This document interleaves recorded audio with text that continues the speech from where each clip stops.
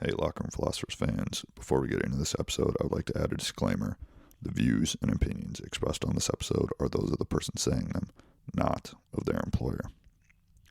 In this episode, we have the privilege of speaking with a couple mentors of mine, Bailey and Ryan Burgess. Both of them helped mentor me, and we shared some good times chasing out bad guys together.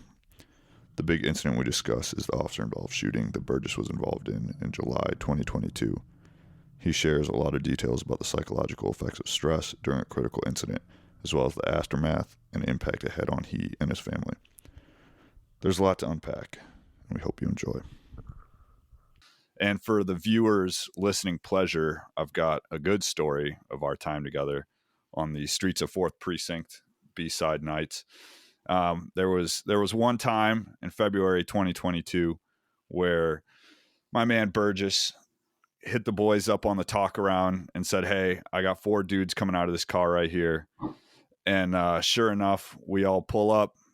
One of them takes off running. Burgess calls it out over the radio. Pretty good. He's been in a couple foot pursuits in his life. But yeah, so we've got like 8 dudes chasing this one guy that ran, and Bailey, ever the tactician, is screaming about how the dude's left hand isn't moving, so he's reaching for something. So Bailey, in his high-pitched voice, is screaming, "Watch his hands, watch his hands."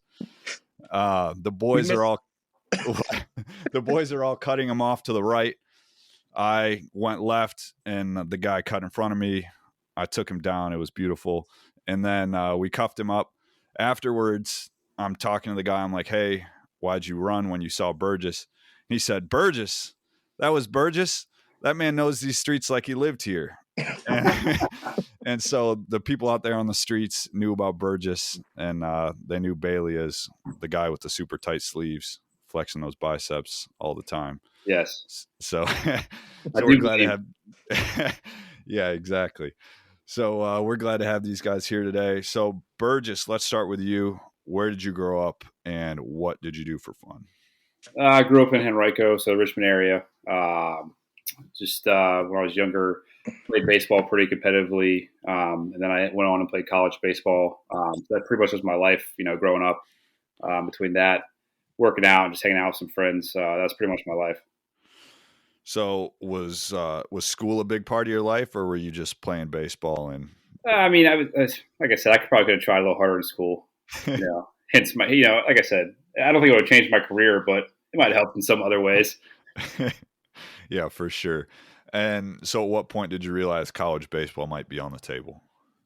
I think it was my sophomore year. I went to one of those showcases, like a perfect game showcase, and one of the Canes guys. It's actually a big industry now. They used to be called just the Canes. It was North and South. It was 2 teams. They showcased all over different colleges on the East Coast, just for different colleges to see you play.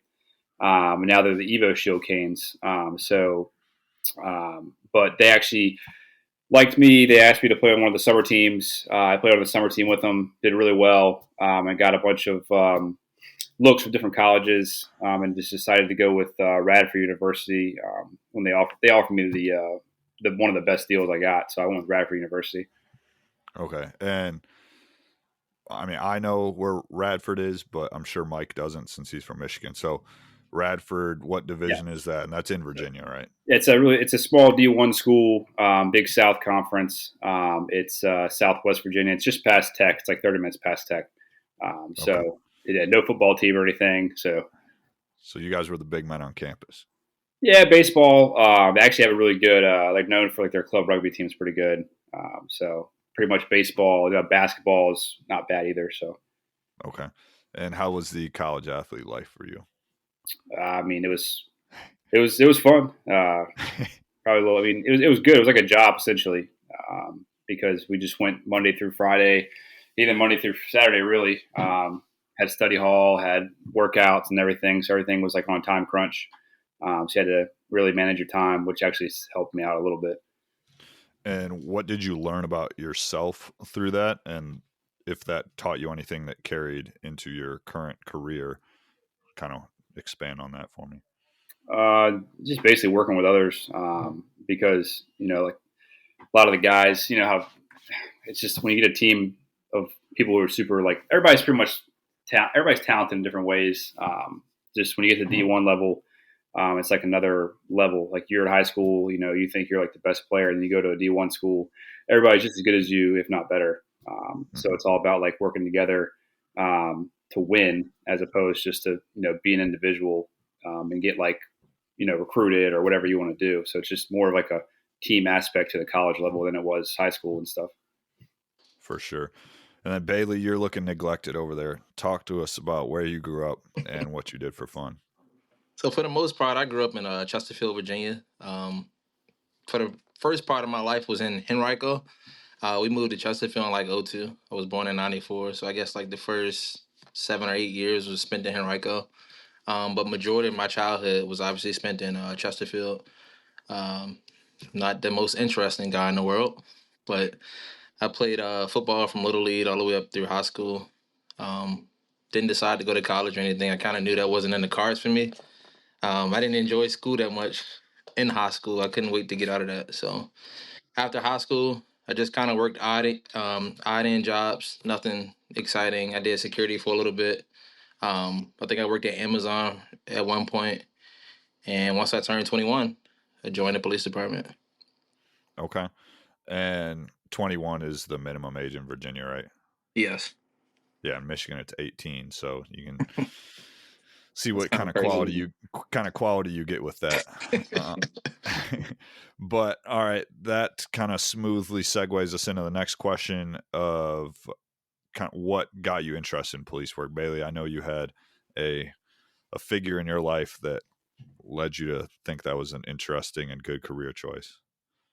Kinda. In high school, I don't know if it's like this in Michigan, but in Chesterfield, you got what they call school resource officers, which is essentially just a police officer that's assigned to the school, like school security.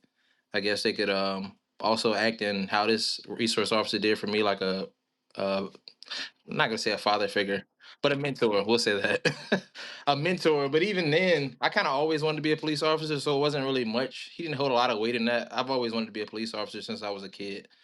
I can remember being 5 or 6 years old and even saying then, and of course, most kids want to be like firefighters, police officers, and stuff like that. And obviously, that changes as they get older.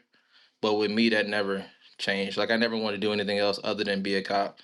Um, and talking with the resource officer, that kind of like, I guess, set a fire in me more where I can literally could not wait to be 21 so I could be a cop. So it's funny after getting on the police department, I kind of figured that most people would have the same story or a similar story, but that's really not the case. Most people didn't grow up wanting to be cops. It's just something that kind of happened as they got older. And what do you think made you want to do that from a young age? I think it's just from I would probably say the show Cops. At that time, Cops was a big thing. I think it's called America's Most Wanted. So I remember on Saturday nights that was my thing. Like I had to be at home by 8 o'clock so I could watch Cops. My parents literally could tell you the same thing. So Cops would be on with like 2 30-minute episodes from 8 to 9, and then followed by like America's Most Wanted from 9 to 10. I still remember that.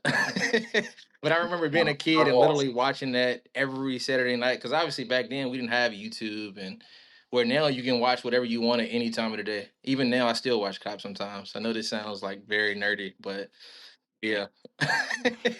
And what did your parents think about it? I think they were kind of like they were forward in a way, but obviously as I got older and they're like, all right, this is really becoming a thing. He's starting to apply for police departments.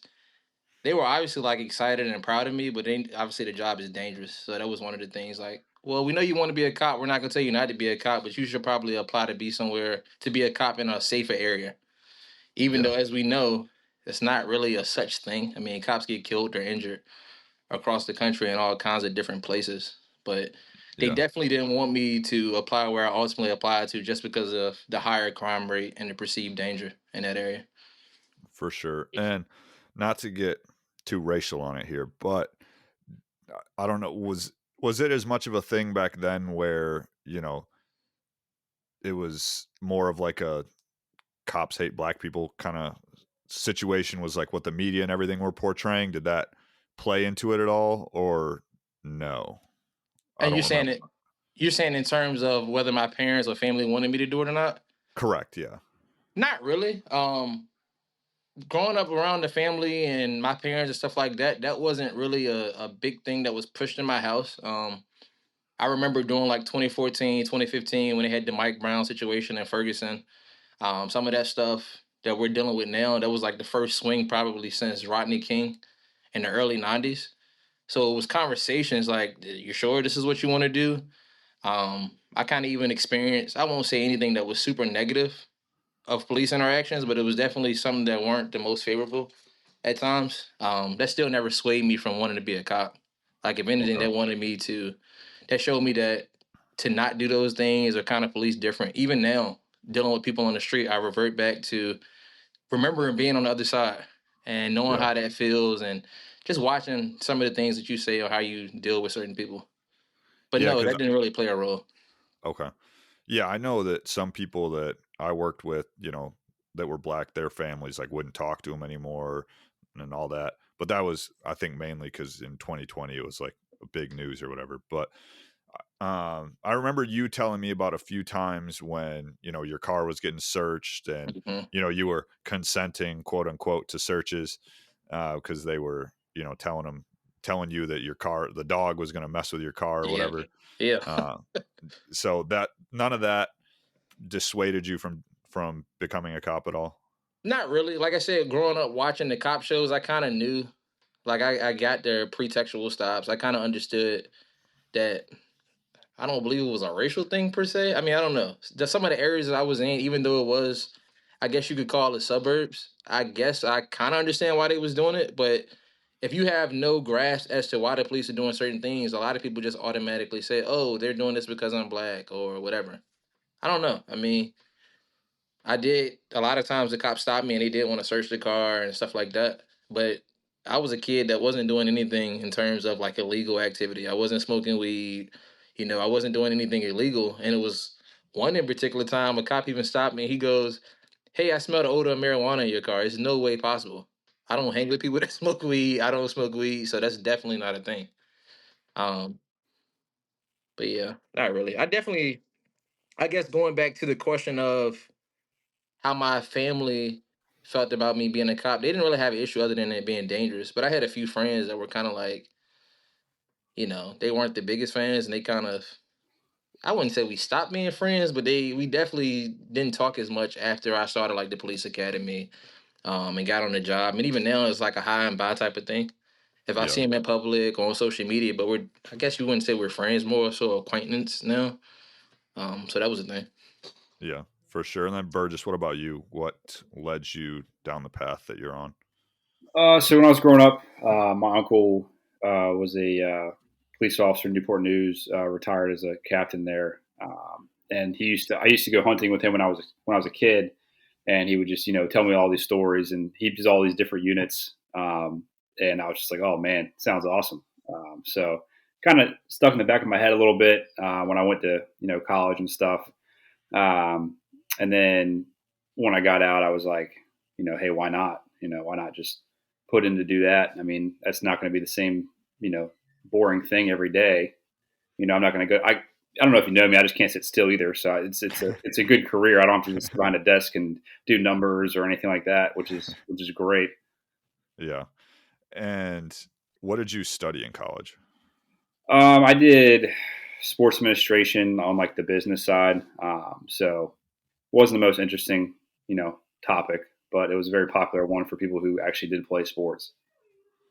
That was that athlete major, like the general studies or the communications? Yeah, that was like the typical, like, a lot of the college athletes majored in sports administration and, business as a minor or something like that. It was very typical. Okay. So when did you get the thought into your mind like, all right, I think I'm going to become a cop?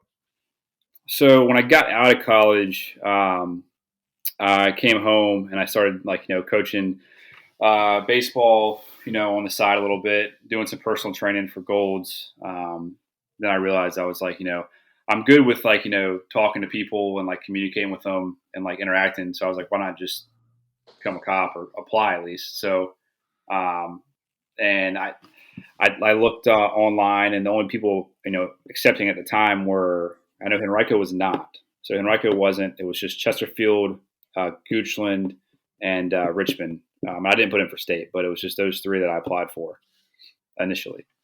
I feel like Burgess kind of looks like a trooper. Like I could see you trooping around town. Yeah, I just need a little bigger hat here. Yeah. Burgess. He could pursue a little bit more. Yeah, I mean that's probably the only perk I would really like. You could do accident reports. Yeah, I mean, accident reports not so much. All right, and so what made you guys go with the city? So I'm sure you both got into multiple places.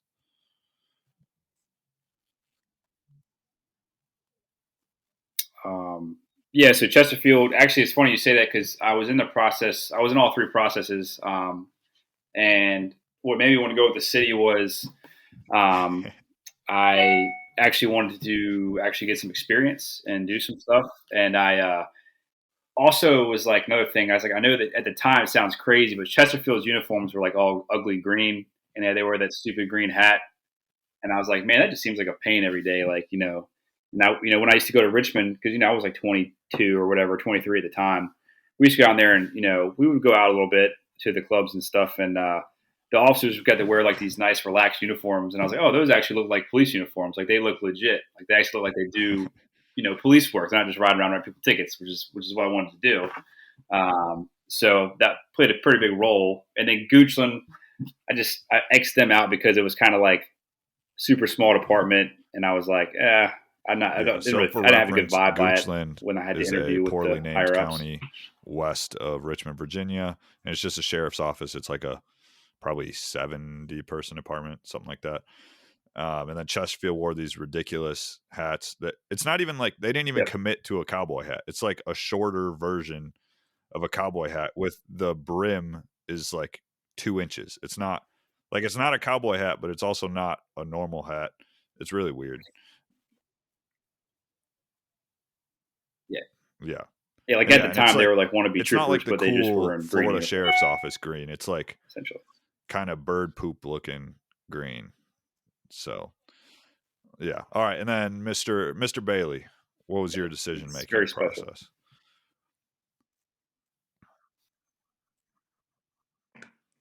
So like I said, I always wanted to be a cop. So once I turned 21, I pretty much started sending out applications. And prior to that, this kind of goes back to the question you asked earlier. I did a lot of ride-alongs from 18 to 21. I think I definitely rode with Richmond multiple times. I rode with Chesterfield a couple times. Never rode with Henrico. Believe it or not, I rode with VCU police too, which was, as you can imagine, VCU is like a college, is a campus police essentially. So you can imagine pretty much what we did on those ride-alongs. I rode with Petersburg and Hopewell. So some of that played a role in my decision making. I knew growing up, I knew I pretty much wanted to work in the city. So I applied with Chesterfield. I applied with Richmond, and believe it or not, I applied with Capitol Police. That was just sitting out an application. Yeah. It was one of those things like you already submitted an application here, just send it here too. So like they say, put your application out everywhere. You never know who's going to pick you up. Not naming your department. And at that time, I didn't really know. All right. So yeah, Richmond. All right. Continue. Well, so you did a bunch of ride-alongs. What was your impressions of that? Because I did a decent amount too, only with Richmond, but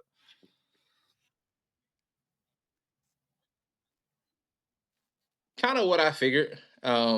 Working like doing the ride-alongs in the city, it was a good variety of different things that we did. Kind of like what I realized on the job. You're doing all kinds of different stuff. I mean, you got your domestics, pursuits, just anything you can think of when you think about policing, when you think about cops, the stuff that they show you, because obviously they're going to show you the exciting stuff mixed in with some of the more mundane tasks that police do. So when I compared the ride-alongs as with Chesterfield or some of the other smaller places, Richmond was just action-packed. I'm like, yeah, this is definitely where I want to go. So, like I said, I applied with Chesterfield, Capitol Police in Richmond. And I started the process with Chesterfield, and I was in the middle of the process, but Richmond was just moving a little bit faster, and I got the call first from Richmond. So obviously I was excited. I'm like, all right. And I kind of just stopped responding to Chesterfield at that point because I'm like, I got my foot in the door. I'm in the department that I want to work for. One thing that surprised me when I became a cop that's kind of how that went. how annoyed everyone was when a sergeant at roll call would be like, "All right, we got a ride along. Who wants it?" Because I did ride alongs, and I thought it was like a treat to have a ride along, right? Like, oh, you get to It's the talk same and way. not just like sit there and be bored the whole time. But yeah, yeah, Oh man, ride-alongs is great. That literally just happened on my shift like a few days ago. And I said the same thing. And I'm like, they could at least hide it a little better. And I said, I remember doing ride alongs feeling the same way. And I remember asking one of the guys that I rode with, I'm like, y'all not like ride alongs? Like, they're like, hey, who wants to ride along? And everybody's rolling their yeah. eyes and sucking their teeth. And it's like, damn, okay. Yeah, and I never, All yeah, I never right. forget the best ride-alongs were we had the VCU students would come right along, and we would take them. So it's me. I had a partner at the time. I'm not going to say his name, but we would be riding together, and we would obviously go to the hot spots. And there's one time where we pulled up in this alleyway. This guy popped out and then went right back. So I was like, oh, okay. So we hopped out of the car. As soon as we hopped out of the car, I took off running. So we just told the ride along to shut the doors and lock it. And we start chasing this guy and catch him like 2 blocks over. And another cop comes to our car and didn't know we had a ride along. He goes, "Hey, do you guys have somebody in your car that's supposed to be there?" And I was like, "Oh yeah, sorry, that's the ride along." And it was kind of frowned upon that we left her in the And car again, alone. But that was a she's VCU student that had to do it for like credit and was probably looking to not write a good police review, I'm guessing. yeah, right, yeah. I mean, I'm sure she got her story for the night, which is good. Mhm. But I actually request ride-alongs. I've even told my sergeant, like, if you ever get a ride-along, I know it's not the most desirable thing amongst a lot of officers, but I actually prefer to have ride-alongs again. I enjoyed my experience doing the ride-along, so I realize how that can kind of put the bug in some people's ear, like, hey, this is actually what I want to do, or Yeah. maybe it's not what Yeah, they I want to do had because it's a just ride not along what they at want to do. Fourth with well, I won't say his name, but he very clearly was not. He was a 413 officer. He was very clearly not trying to have a ride along. And yeah, I mean, it still got me in the door, but I was I was not super impressed with that. Uh, but all right, so you guys decided to apply. How long did it take to get into the police department? Especially, I mean, you guys have been at it now, Burgess for 10 years, right? And then Bailey like 7 or 8. 7. Yeah, 7. I'm like right at the almost 10-year mark. Yeah. So back then, I mean, even when I was applying and getting into it in 2019 was when I went through the process. Like there was a decent amount of people. Like I remember we had like 70 or 80 at my testing day. And I mean, realistically, that was to fill however many, like that was like 30 spots or whatever they wanted to fill. Uh, but it was still like mildly competitive. It wasn't difficult for sure, but there was some competition to it. What about when you guys applied? Because everybody thinks now they see the Detroit police ads where it's like, "Hey, do you have a warrant and no license? Come on down. We'll get you in the door." So how was it when you guys were applying?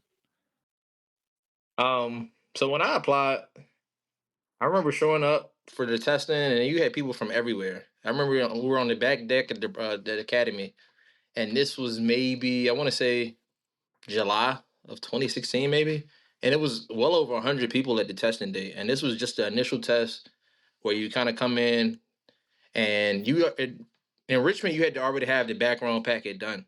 In a lot of other departments that wasn't a thing. You just kind of showed up, and if you passed the written and the physical test, and then you went on to do the background packet. So they sent maybe 10 to 15 people home off rip just because they didn't complete the background packet. So I remember showing up. We walked in, and they were kind of explaining how the physical test was gonna go. You go inside, and we do the physical test. Once you pass the physical test, you go into the written test.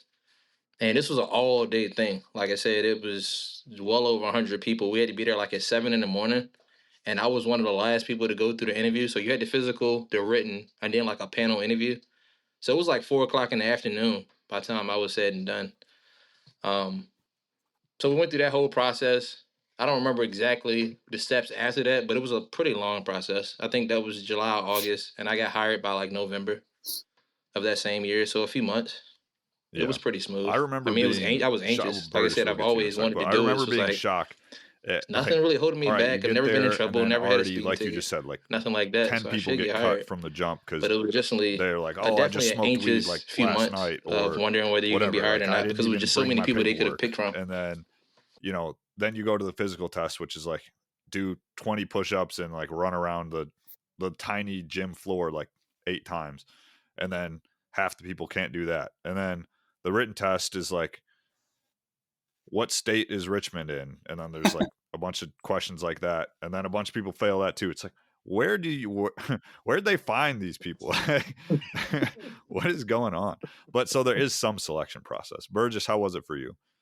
It's pretty much what Bailey described. We came into the gym area, the academy.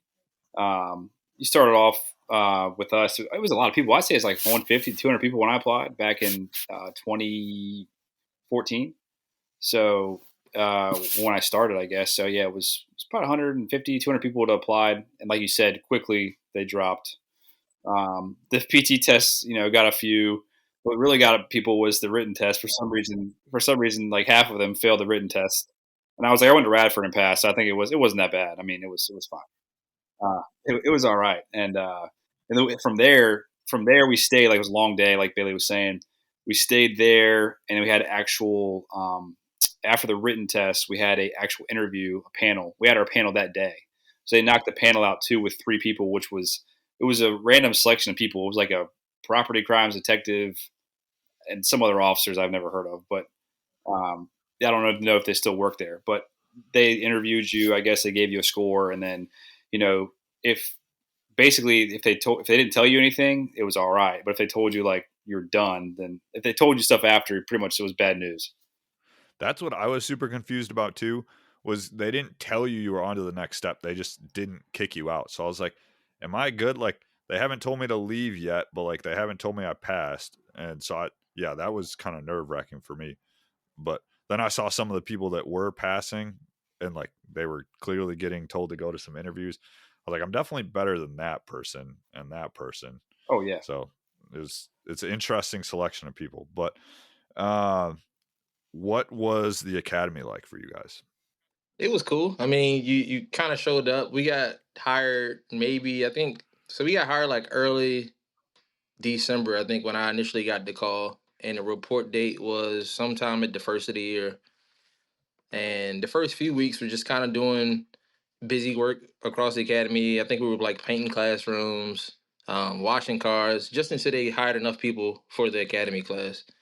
And I think the academy started that February. So for like the first 3 to 4 weeks, was doing like I said, busy work. They assigned some people to like our property and evidence division and helping out across the city.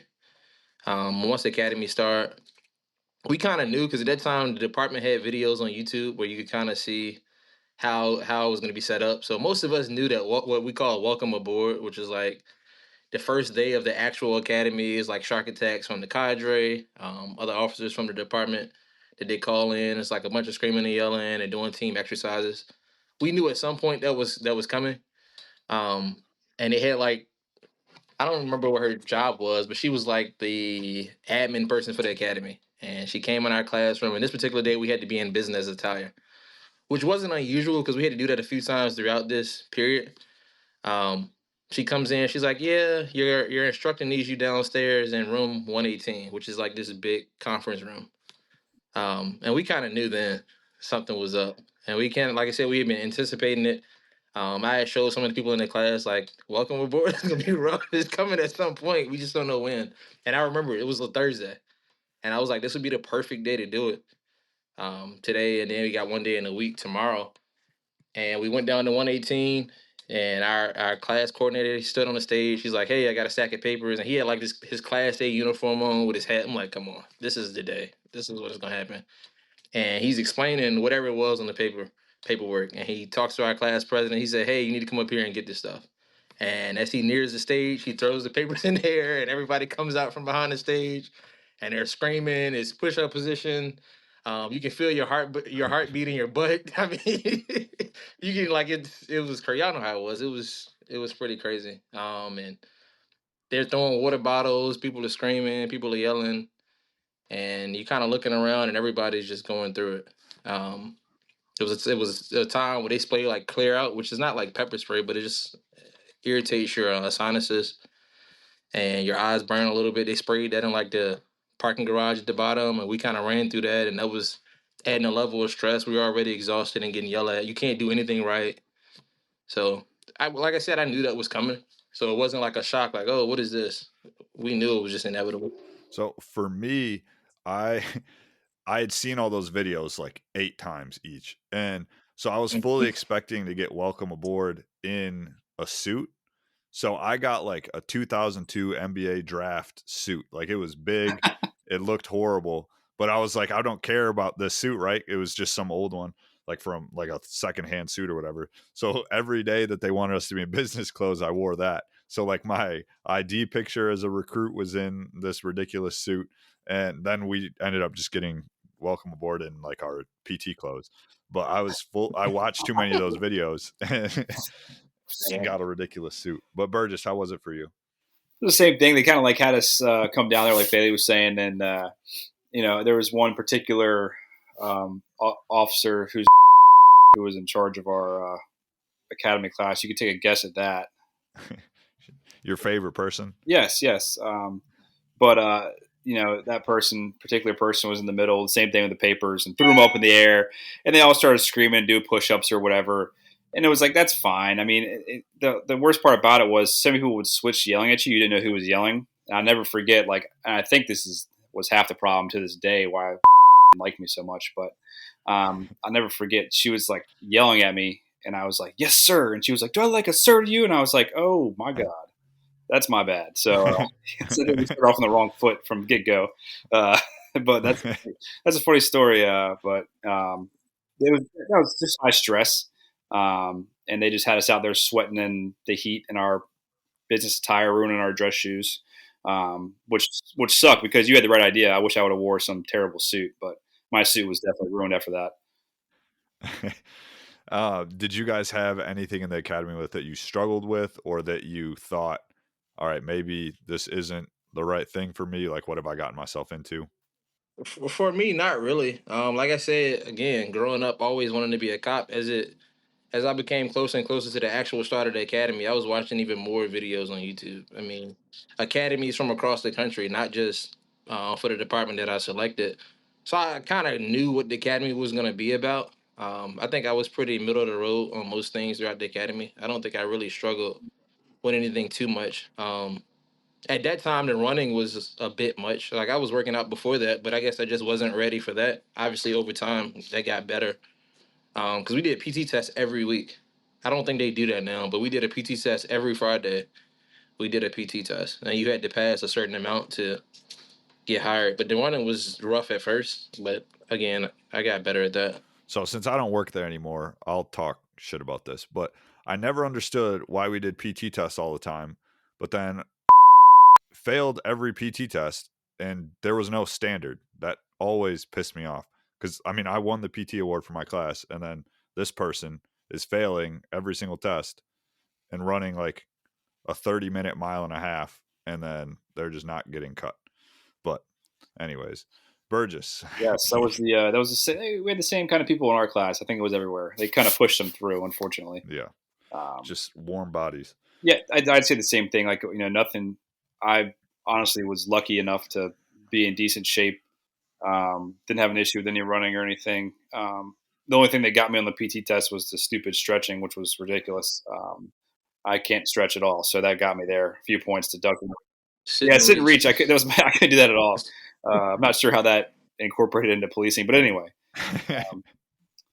Anyway, that was about it. I mean, nothing else in the academy really. The only thing I didn't like was probably one of the worst days was as you could expect, was the OC day. I mean, that was just, that was like, 24 hours of just, being miserable. Yeah, Agony. so that kind of sucked. But other than that, it was fine. So one thing I never understood about the OC stuff is like, oh, you got to get tased so you can carry a taser. Oh, you need to be OC'd so you can, carry OC. But we don't need to get shot to carry the gun. Like that never made any sense to me. So yeah, just that was just some dumb mindset they had, I guess. Yeah. Well, I think it's not just in our department. That's literally in policing and corrections across the board. But I think the reason why that's the thing anyway. So if you were to in contact that spray on the street, you would know that you can respond through it, and it's a thing that's not gonna. You're not gonna die from getting OC. You're not gonna most likely die from getting tased, but you could die from getting shot in practice. Well, yeah. So obviously they're not gonna shoot us even with a vest on. I mean, it can cause more Yeah, severe like injuries. I Where get OC I or get the tasing doesn't point, have but last long. well, so I will all that what? So back to your point about the never understanding why they did it. The only thing I could kind of understand was once 2020 happened and they actually started CS gassing people, and then we were exposed to it as well, which was nice to know that we would be able to tell what it felt like. So it wasn't like the first time that hit you. Yeah. So that was nice, at least. All that did was make me leave it in my bag and not carry it if I didn't need to. Oh, Like 100%. I did not want to use it ever. Yeah. But all right, so you guys got through the academy, obviously, and you never were rethinking your decision. You got to the street. Were you guys always at 4th Precinct? Yeah, Yes. been 4th precinct the whole career. Did you guys want to go to 4th Precinct, or how did that go? I know we got to pick, but I didn't even get my pick. So yeah, I picked 4th and 2nd, so I got one of my picks. Yeah, that's what I picked. I picked the same thing, 4th and 2nd. And we were always told in the academy, 4th precinct was the most diverse precinct. I mean, for people that are not familiar, 4th precinct has the downtown metropolitan area of the city, as well as you got what we call Scott's Edition, which is more of like a bar. Um, it's a upcoming. I wouldn't say it's an upcoming area, but it's a nicer area than some of the other parts it's like breweries. of the It's like city. breweries and stuff. Yeah, breweries, nice apartments, lofts, lounges, stuff like that. And then you have Howland Park, which is you probably consider an up and coming neighborhood, which was a pretty rough neighborhood at one point. And then we even have a housing project in 4th Precinct, where I think it's probably the most diverse precinct in the city. You just get a chance to respond to a variety of calls. You can respond to everything in 4th Precinct as opposed to some of the other places pretty quickly because there's just so many different types of people and situations that you can be dealing with. Yeah. And yeah, that's pretty much what everybody always says about 4th. And then, so Bailey, we'll go with you first. What was your I'm a cop moment? Like, all right, welcome to the show. Somebody's relying on you, or, this is what you always were trying to get into. What was that moment for you? This was the 3rd day in FTO, which is field training. This is when you're first out of the academy and they put you with a senior officer who's basically showing you the ropes of the streets. 3rd day, we're sitting in Gilpin Court, which, like I said earlier, is a housing project. That it has a lot of crime there at times. And we're sitting at an intersection. We're pulled over to the side of the road, and my FTO and I are just going over some of the field training paperwork, kind of like a summary as to what we've done that day. And where we're sitting at this intersection, to our immediate right is a building. So we're sitting a little ways, maybe 50 feet away from the stop sign at the intersection, so we can't even see the traffic that's coming from the right side of the road. But we're facing the intersection. And out of nowhere, we hear tires screeching. So we look up, and there's a car that's trying to make a right in front of us and go straight down, basically directly in front of us. And it loses control and it crashes into a fence at a daycare in front of us. And this is like, I look at my FTO, he looks at me, and he puts the car in gear, and we go behind it. And as we're pulling up on the car, a kid gets out of the car. He's like 14 or 15. He looks at us, and he takes off running. And my FTO was like, go get him. Go get him. So I get out, and we run. Before you know it, it's a foot pursuit. I'm like, this is day 3. Foot pursuit. Get on the ground, please. Get on the ground. And out of nowhere, it just happened. It wasn't like you had a chance to really get up for it because it just happened literally in front of us. And we're chasing, and I don't really know the streets. He had kind of been showing me the streets. So I remember calling out the streets. Looking back at it, I don't know if they were the right streets or not, but I just remember saying You're just something. saying random streets. And I remember as we're chasing them, because of just the areas in, a lot of people were typically outside. So as you're running, it's all kinds of different commentary. Like, they're yelling at him to get away. They're looking at him like, look at him, he's chasing them. Oh, it's a foot pursuit or whatever. And we chased for a couple blocks. He ends up running into like a breezeway at one of the apartment buildings, and we end up getting him. It was like a 14-year-old kid that just stole the car, and he didn't know how to drive it, so he crashed it literally in front of us and didn't even realize it. And I thought what was funny about it, after we got him in cuffs, after everything settled down, he goes, "How did y'all get there so fast?" Like I was like, we were literally sitting at the intersection. You didn't see us, but we was literally sitting where you crashed at. So that was definitely the first moment. It was like, yeah, this is police work. Day three. Burgess, what about you? I mean, mine didn't really happen in FTO like that. I mean, that would have been kind of cool. But I was riding on the street with an officer because when you get out, they kind of put you with somebody for the first couple, like for the first week or so, they put you with somebody, or they did back when I came out to ride with. And it was my first time on night shift, obviously, because I did FTO in days, then went straight to nights, which was really weird. But anyway, so like we got a call. This guy just stole, this girl's phone, and of course we pull on scene. And I'm new, so I didn't know. Looking back at it now, it's like obviously that's some domestic related stuff that's like usually he said, she said, like whatever.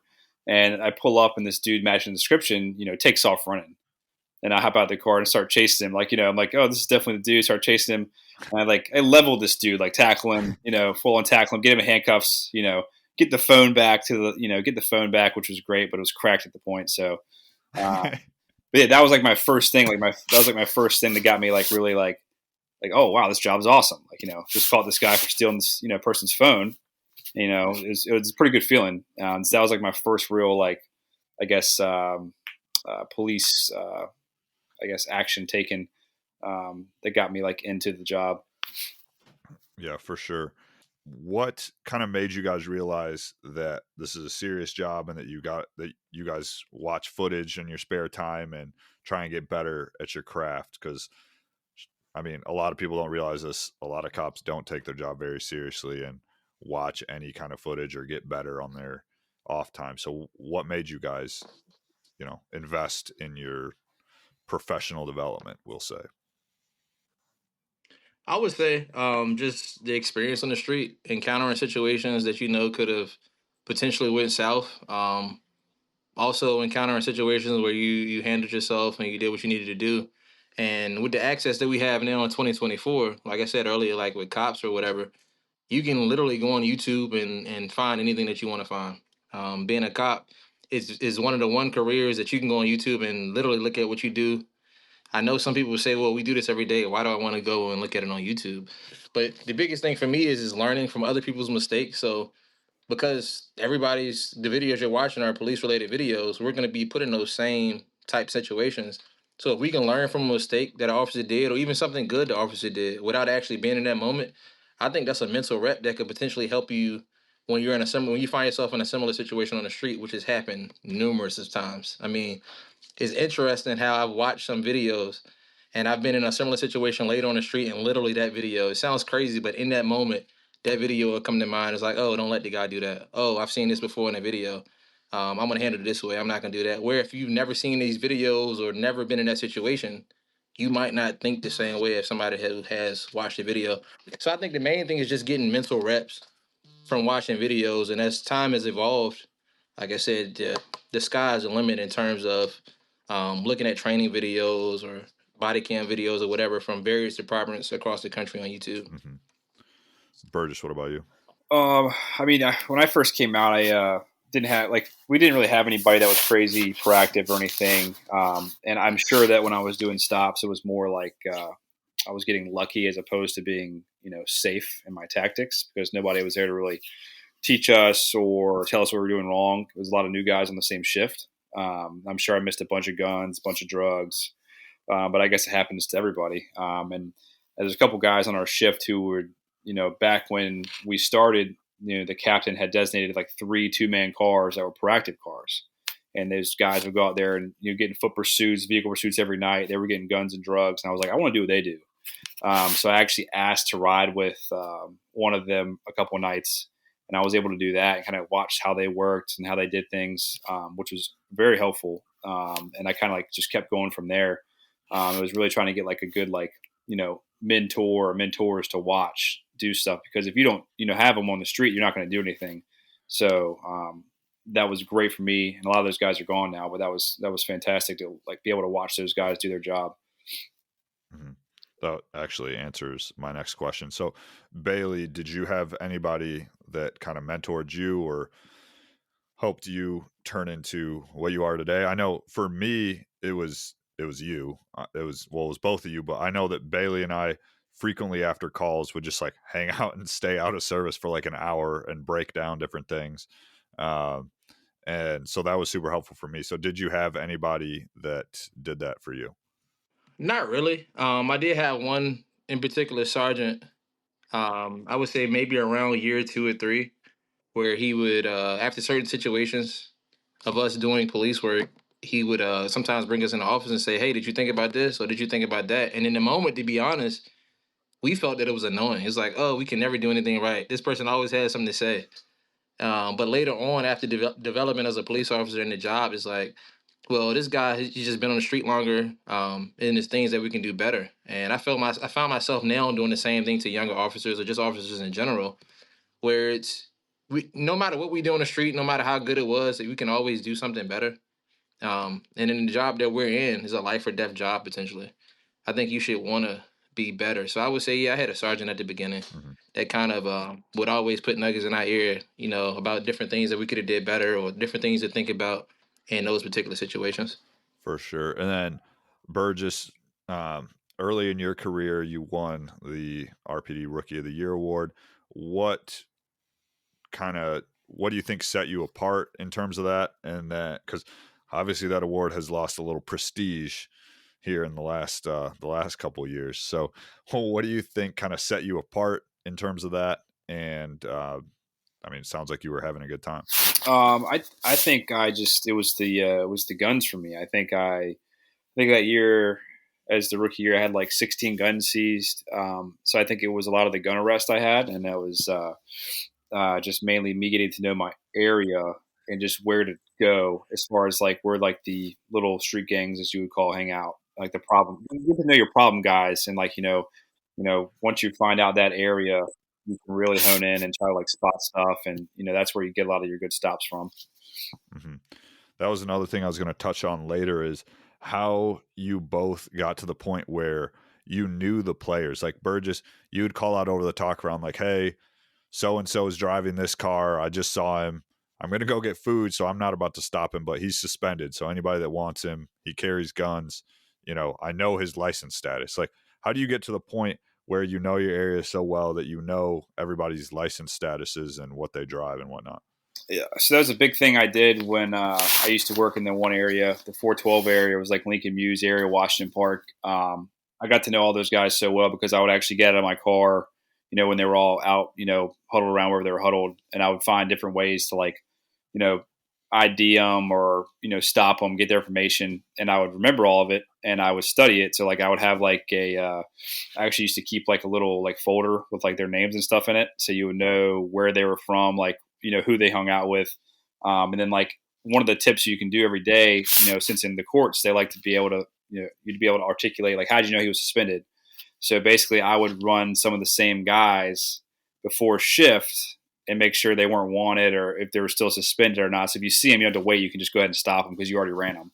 Yeah. So that kind of made you ahead of the game as far as like knowing who was wanted, what their license status was. So you could go ahead and get that stop without having to actually take the time to do all that extra stuff. Hmm.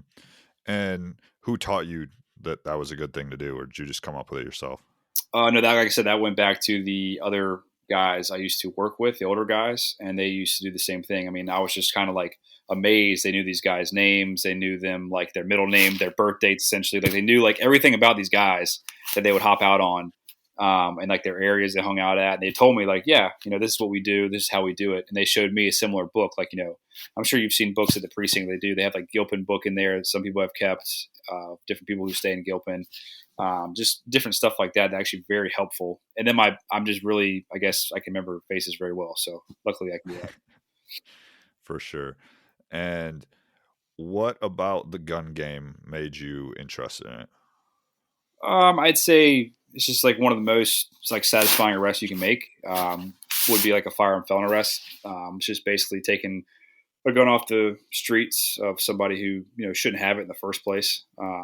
Because I think that that everybody's preaching about the drugs and the drugs are ruining the streets and everything. Well, in my opinion, all these we've had an uptick in shootings, ever since I started. I feel like, and it's like if you can take a gun off the street, that's one less stray bullet to hit somebody. That's one less, that's one less homicide you have to respond to. I mean, I think it's more like it's just more fulfilling when you do that. Mm-hmm. And how did you get to the point where, you know, these guys were knowing you? Because obviously, like my intro story, that one kid, I don't remember his name, he knew you. And then I remember multiple times I'd be like, we never rode together, I don't think, but I'd be like behind you in the car, you'd pull out on somebody, and then they would call you by name, like, Burgess, why are you looking in my car? And then you would call them by name, be like, I'm looking for guns, whatever, like, you know what I'm doing. And how how did you get to that point? And then what was your kind of feeling about that when you're like, man, all these guys know me by name, I know them by name, like, just kind of walk us through that. Yeah, basically just like yeah, all those guys. You know, after you work a certain area for a while, you know all their names, or you should at least if you're actually doing your job. You should actually know their names. And basically, um, I mean, I just got to the point where I knew who was like I got to the point where I knew who was doing what, because I knew like if I pulled over, I'm not going to say names specifically, but if I saw Rashad and this guy named Rashad, you know, if he took off walking away real quick, then he was obviously dirty. If he stood there, he was fine. Like, you know, you just pick up on little things like that. And if they're all huddled around a car, I mean, usually, you know, you can figure that out pretty quickly. There's something in the car, more than likely. You know, sometimes it's not, but more than likely. And then I'm trying to answer the other part of your question, but I forgot it. Can you let me know what that is? Just what your feelings about that were when you realized, like, hey, I know these guys super well and they know me by name. Actually, yeah, it was kind of like a interesting feeling because you know, they know you and they know you're, you know, essentially working every day. Like they know you're going to get out and like you're going to get out and do your job. Like you're not going to like just let them slide. So that was kind of like my thing, is like I always got out and I always made sure, because when they saw me, they knew they know I'll chase them. They know I will more than likely catch them at the time because I could run a little bit, and more than likely they're going to go to jail. So I guess I got lucky in a sense that nothing bad happened then, as far as like with any ill intentions from them. But I think they knew the game, and that's what it was. It was more like you know, they you get away, you get away, you get caught, you get caught. But I was definitely putting pressure on them every day, and I talked to Bailey too. And a lot of problems today is that officers get so content in just sitting in their car. When they ride around, they just sit in these little hot spots or whatever you want to call it now, and they just sit there, and it's just away from the public. You're not seeing anybody who's, you know, out there participating in the gang activity or street activity. So you're really just doing a disservice. Like you're not actually doing your job, as opposed to just getting out of your car, walking, trying to ID people, talk to people, see who hangs out where. That's just gone. That's just people don't do that. You know, even if you get out of your car and walk around, or you get out and talk to people or whatever, you're putting pressure on that area. I mean, they're not going to, that's going to, you know, they're like, okay, they actually will get out of the car. They actually will do something. But now they're just so content. You could have an officer sitting on one side of the street and they'll have a shooting on the next side because they know the officer won't do anything. Yeah. So it's just really sad, actually. Yeah. Yeah. That's interesting. I definitely remember you getting out of the car all the time. And I remember seeing stuff on Instagram like, oh man, like it'd be a video of you driving by, like, oh man, Burgess is out here again. Like it was just a known thing. Like that's Burgess and he's out here to lock somebody up today.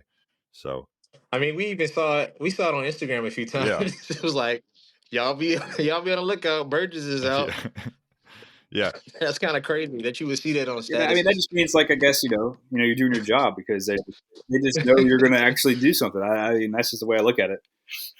Yeah. Well, I remember specifically one of them was stay inside, Burgess is out. And it was a picture of you sitting in your car typing a report or whatever. People are out here saying stay inside. I'm like, that's crazy to me. But those first few years, we'll talk pre-2020 time period. Were you guys getting out of the job what you thought you were going to get out of it? Was it what you thought it was going to be? You saying pre 2020? Yeah, we'll talk about post 2020 in a little bit, but those Yeah. first couple of So years. yeah, so definitely the job was, again, growing up, studying the job and kind of knowing what I was getting myself into. Because I did so much research on the job, I knew it wasn't gonna always be running and gunning. Majority of the job is, I call it tactical customer service. I mean, more times than not, you go into a situation and somebody wants you to solve their problem. Um, a lot of times you just empathy. I mean, you're listening to people's concerns and you're trying to figure out whatever the situation is you can somehow help them in. And then that 1%, which you hear is cliche from cops, the 1% is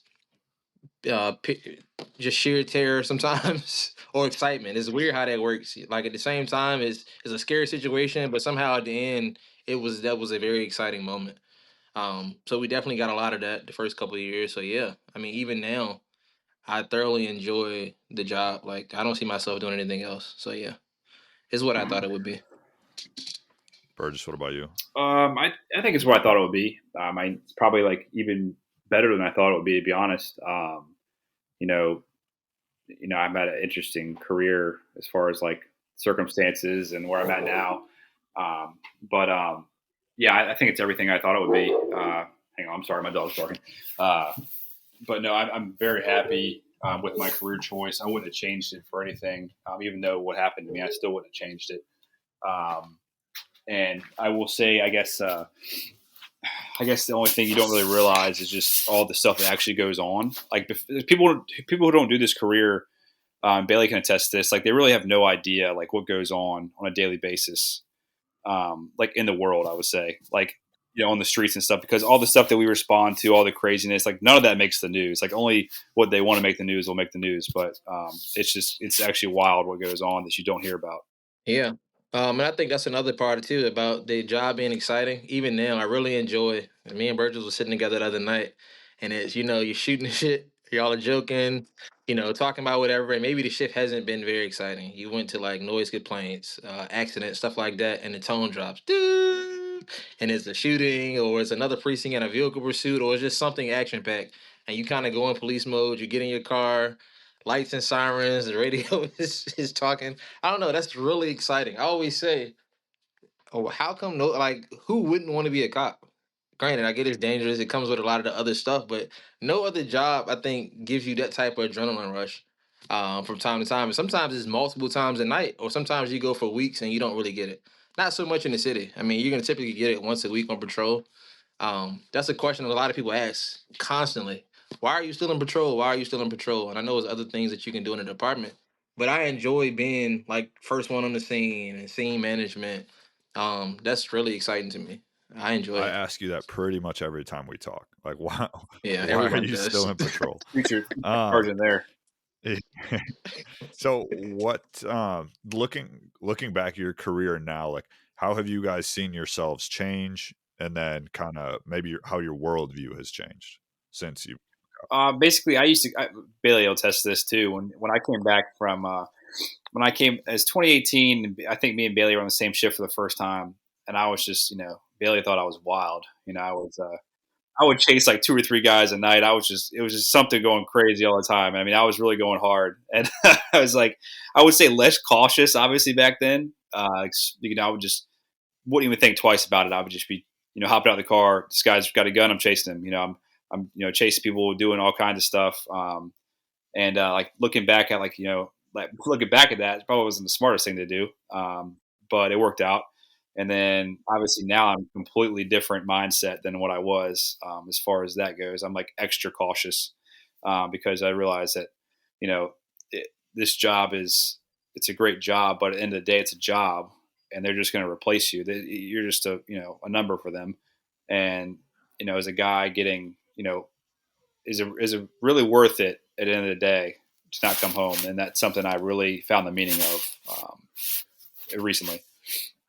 And so was that mindset shift just post shooting, or was that? Yeah, it was.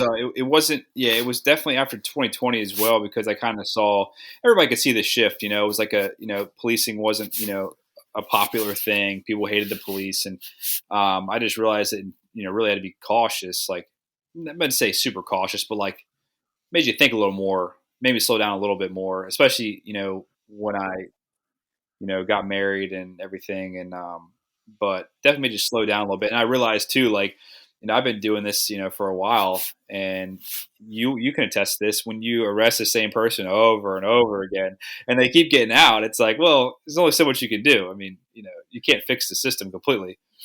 Yeah, for sure. And then Bailey, what about you? Um, I mean, I would say for the most part, I feel like I've remained the same. I mean, even at the beginning, I feel like I was pretty cautious, always wondering what we could do better. That's just kind of escalated over the years where I'm more in tune with officer safety from just experiences. Um, uh, I would say not a whole lot has changed. I'm not probably as proactive as I used to be. No in particular reason. That's just how it is.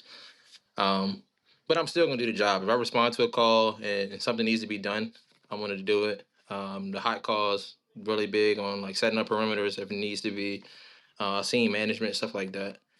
But for the most part, I think I've stayed the same in terms of like personality, and just overall in Yeah, and I general. would say since I became like pretty close with Bailey, um, I will say actually he's helped me like get better tactics in general, but just because he does dissect everything and like he makes a very good point about stuff. Because I used to be like the old me used to be go go go, and half the time it would be like those tactics would go out the window. And like with him, it's awesome because he slows everything down, which is great. So that's like the main thing now is like just slow it down. Yeah, I remember we were out here as a patrol shift clearing houses with shields because of SWAT operator Bailey. And like, Yeah, I remember. I think he was there that one time we cleared that house off of like Brooklyn yeah, Park. We set up yeah, perimeter. and there was nothing. That was a whole thing, and it turned out to be nothing. But like I say on the street all the time, we prefer it to be nothing. When we can go through a situation and it all works out, whether it's an arrest or just a suspicious call and it doesn't really amount to anything, we got the rep. We did it. It builds the confidence because every time you do that and you get the mental rep and the actual physical rep because we're doing it, it builds the confidence. So me and Burgess talk about this all the time. When this thing actually goes hot and is a real situation, now we've done this so many times. We built chemistry with each other. We know how each other is going to respond on these calls. Is I don't think it's going to be as hard, and we've seen it play out that way. Whereas if you take everything as, oh, it's not that serious, it's just this, it's just that.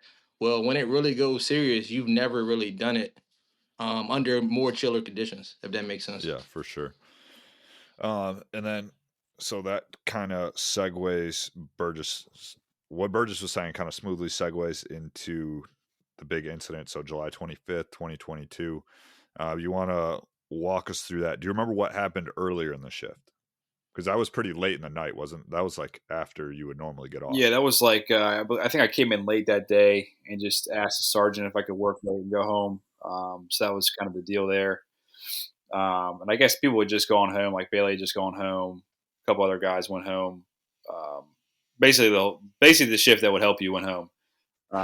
So there's a few people there, but very few. I'll never, yeah, like I said, we were sitting down at this little area called Oliver Hill and like Valley, you know where that is, or Hospital Yeah. and Valley. Yeah. Yeah, sitting in that area, and it was like 3:30 or so. So I think Bailey had just gone home, or he was on the way home. I And was actually off that day, believe it or not. oh, never mind, he was off. Never mind. Yeah, he was off. So this is even more of a shock. But yeah, I was riding with my partner at the time. He was driving, and there was this car that went by. Um, from my recollection, the car, came down like so. There's three different projects that kind of like all interact with each other, which is like Mosby, Wickham, and Gilpin kind of all connect through the same road essentially. So you can either the car was coming towards us, so it was coming from the Mosby area, and it can either go right into Wickham or left into Gilpin, which is another project and our housing project. And the car just sat there, which I thought was odd. It just sat there and looked at us, and we looked at the car obviously, and then it just immediately hit the gas and did a U-turn the same way it came from, which was not normal behavior. So I told to go get behind the car, and we pulled behind the car, or tried to get behind the car, and it was flying. It was probably going like 100 miles an hour down, Oliver Hill Way towards Broad Street at that time, which obviously in my mind, I'm like, either it's stolen, obviously, or it's something more to it. Like, there's something going on with this car, obviously. And the car kind of actually blew through the red light at Broad Street and 18th. That area blew through that light. And then at that point, I'm like, you get a bad feeling sometimes. It was weird because I don't usually get bad feelings like that, but I had a bad feeling about that one before it even started. I was like, the way he was driving was just so erratic. I was, this guy's either going to kill somebody or like this is insane. Usually they're not that erratic, but luckily he didn't continue downtown. He kind of like did a U-turn in the parking lot and went back on the main road, and then continued. And then we got on the interstate, and at that point, I'm like, hey man, like I'm like, I'm gonna put on the radio, obviously, because we're on the interstate, and that's one of the things we can do is actually supposed to be able to chase cars on the interstate. So I tried to do the right thing, put it on the interstate, give the information out, reckless driver, 95 south, going towards like the Maury Street exit. And it was one of those things where, that time of night, usually you get pursuits that are, people authorize pursuits because there's no traffic. There's less risk to the public that time of night, that time in the morning. And I remember the sergeant really quickly came on the radio and was like, stop following the car, like, terminate it. No real reason behind that. We'll get to that later, but yeah, no real reason behind that. And then, you know how it is. I think everybody's been in policing for a long time where like we've all done it is like somebody will say terminate and you'll like still follow the car because you're so prey driven. Everybody wants. I mean, you're on the highway. It's not like you can turn off. Right. So the first place we could turn off is where he turned off. So it's like, that makes sense. Like, turn off that area where he turns off. It's just, and then I've done it too in my career. Like I've done the same thing, which I probably shouldn't have done is, followed cars when they said not to, and they end up wrecking. And you're like, oh, foot pursuit. And like, I wonder how that happened. Because you're still following the car, and it's like, we've done it 100 times, and you chase the bad guy, catch him. It's like that's the end of the story. Long story short, not long story short, but the car gets off the interstate, still driving crazy. It takes a left and another left, and at this point, we were going to go to the next street up top, and then I guess eventually go right into the 4th precinct, which obviously Commerce will turn into 4th if you keep going right on Commerce. And we get to the top of the hill there, and the car is wrecked out, into a pole. And, the driver's, running from the driver's side, and he's got his, his hand digging in his right waistband area. And, obviously in my mind, I'm like, oh, he's got a gun, because why else would you be making that movement or holding your waistband like that after you just wrecked the car? Now you're, sprinting away, as fast as you can. And then at the moment we're like, the sergeant obviously told us not to chase the car or whatever, but it's like the car just wrecked and like, we're right here, we're going to catch this guy. He's going to go to jail. It's probably a stolen car. He could be a firearm felon. It could be all kinds of things. But so the guy goes down the street. We're like behind him in the car, probably a little too close to him, to be honest, because he's reaching the whole time he's running and he's looking back, which is obviously an eerie feeling. I don't think I've ever had anybody, look back at me while they're running away, while we're chasing them as they're reaching. That's kind of an awkward, not awkward feeling, but like eerie feeling when somebody's looking at you while reaching, in their waistband area. And I remember he turned right into a parking lot, ran straight a little bit more, and he looked back again to see where we were at, which we were right up on him. And we stopped the car, and when we got out of the car, he was entering the breezeway to this apartment complex where there's like no cover. So it's just a breezeway, typical apartment complex breezeway, goes to the next set of apartments. And I remember getting out of the car and giving chase to him. And as he's, he's still reaching the whole time. Like, he's never stops in his waistband. Either he's holding the gun or he's trying to get it out of somewhere is my thought process. And, usually, Bailey knows as well as you, when you chase somebody that has a firearm, they usually 99% of the time will ditch it, or they're trying to ditch it. They're going to try to get away. They're going to try to get it away from them, distance himself from the gun. I've never, like I said, never had a gun pointed at me until that incident, obviously, which was a good thing. And I remember him, rounding the corner. I'm yelling at him at this point. I'm like, hey man, you need to stop or I'm going to shoot you. Like, stop or I'm going to shoot you. Cause like, my mind, he's trying to pull out a gun. He's literally, my mind, he's got a gun. And what other intentions would he have than to harm me if he's still holding on to it at this point? So I'm chasing him. He goes around another corner. And as we round that last corner to go back to where we came from and to another breezeway, I remember him stumbling on the ground. I'm like, oh, awesome. He's on the ground. This is going to be good. My mind, well, this is great. So I start to, round the corner and I can see him falling and I'm coming out of my holster. I'm trying to come out of my holster. And the next thing I see is him make a movement from the ground. And then I just see a flash. Like I said, it happened that quick, just quick movement. Once he hit the ground, it was boom, boom, flash. And I felt the immediate impact on my leg. What I thought was my leg at the time. And it was like complete numbing, almost down my right side of my body. I knew in my mind I'd been shot. And I didn't even think, obviously, because one of those things where like, you got to think to get the gun out and pull the trigger. But no, none of that even, processed in my mind. It was just, I was already on target, which was the suspect.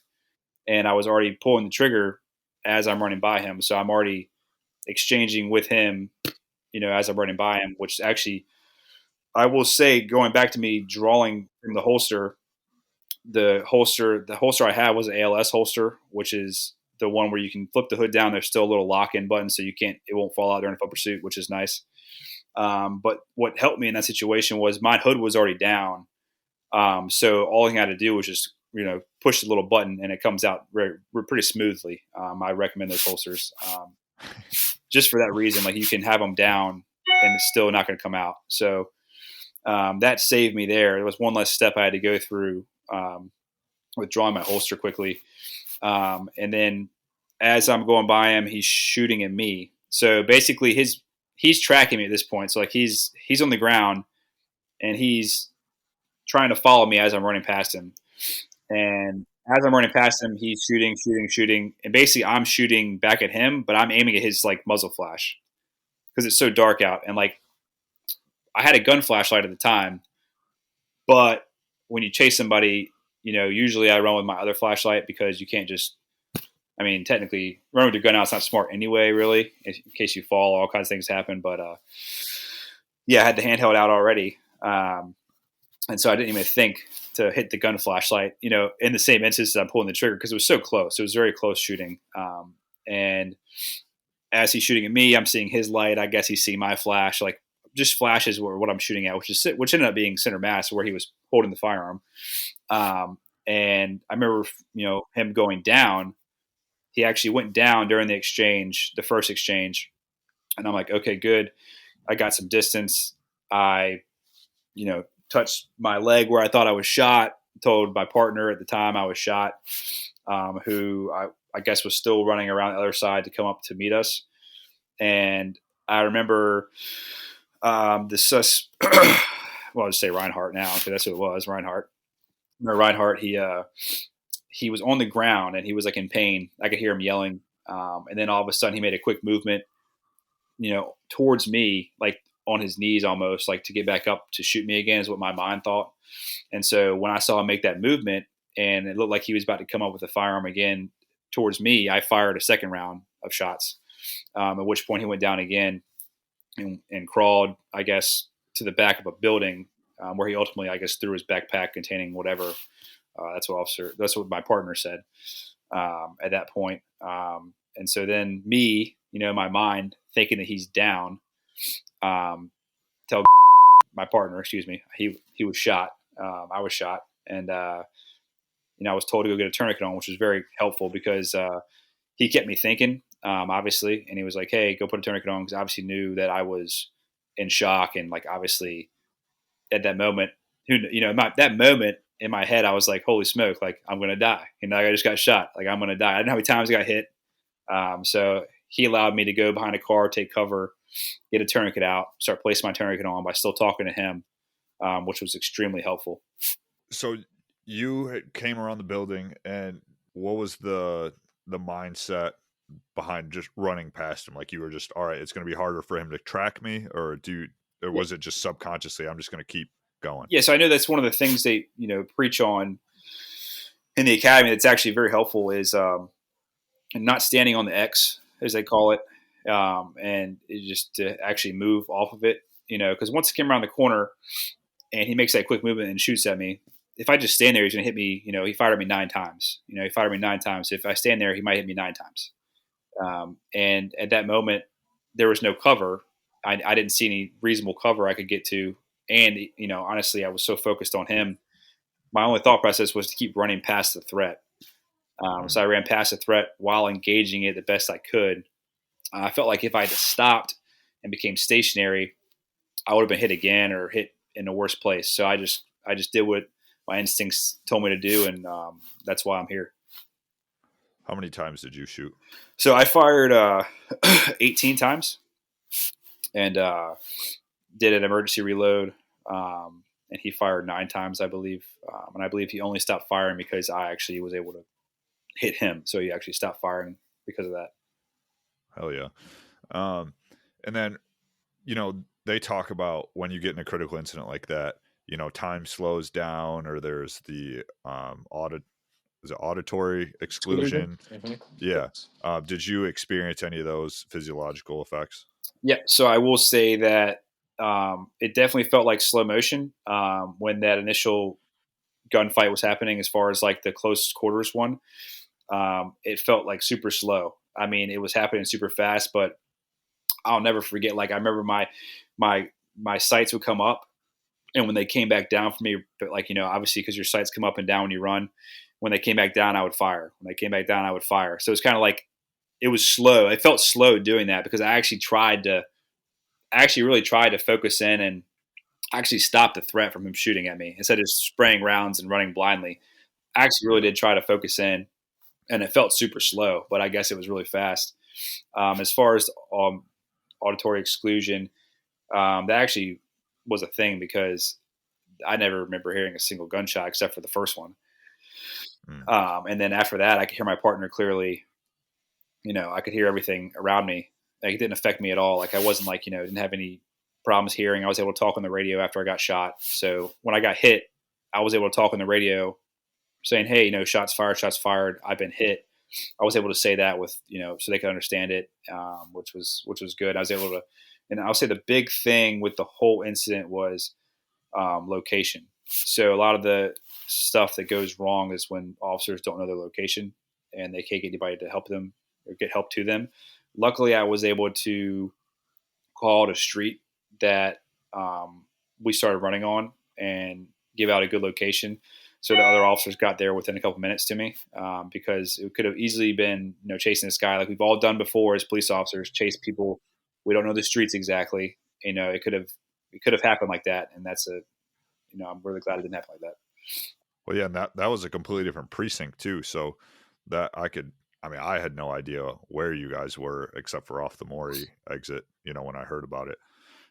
So that's interesting. And then what was the aftermath of that? I know one of my buddies, you told me he's the one that drove you to the hospital. So what was the aftermath?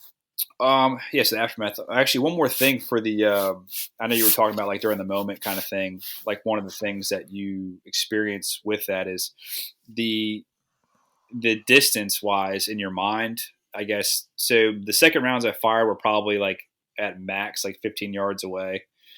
And during that time, it felt like I was at least 50 yards away, like farther away. Like, he felt so far away from me at the time, and he really wasn't. Just my mind was saying he was so far away, but it wasn't that far away. That was an interesting feeling to go back and see the crime scene and see how close we actually were, as opposed to what my mind thought. My mind thought I was so far away from this person, but I was super close to them actually. How far was the original round of shots? I'd say they didn't give an exact estimate, but I'd say probably within 10 feet. 10 feet. Wow. Yeah, they said, Bailey, you probably know this stat. Don't they say like 70% of gun? Yeah, it's like between 5 and 7 feet or something. Yeah, That's crazy. It's pretty close. And I think that the farthest would probably be 40, but that was a guesstimate from me going back there. Yeah, it's crazy. Bailey, before we get into the aftermath, Bailey, do you have any questions, or Mike, about the actual gun battle part?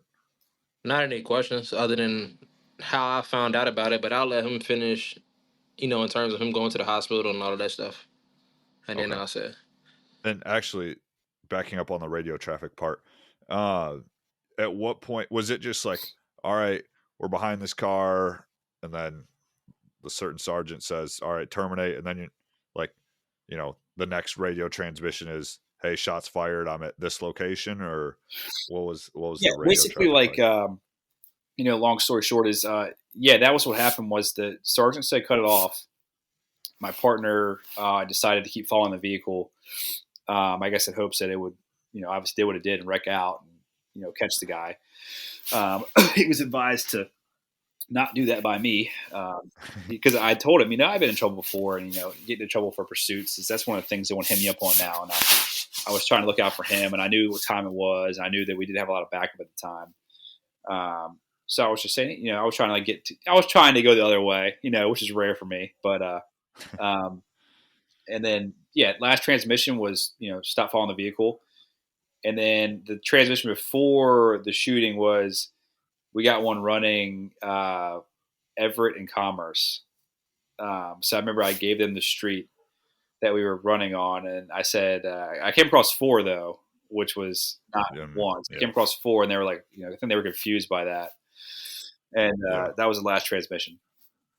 Okay, so yeah, for Mike, the shooting happened in First Precinct, and so obviously Burgess was from 4th Precinct, and then so you're on a different radio channel. So when he was saying, this car just wrecked out here, shots fired, he's transmitting on his precinct radio channel, and not the precinct that they were actually geographically located in at the time. So how did that affect the response from, like, for example, the guy that drove you to the hospital who is from First Precinct? Basically, like, since we were on the wrong channel, and I guess that would have, in that situation, the dispatch would have to, obviously, she toned it, obviously. And so when she's toning that, the other people sitting near us, they were actually sitting near us, which is wild. They were sitting near us when the shooting happened, within like a quarter of a mile.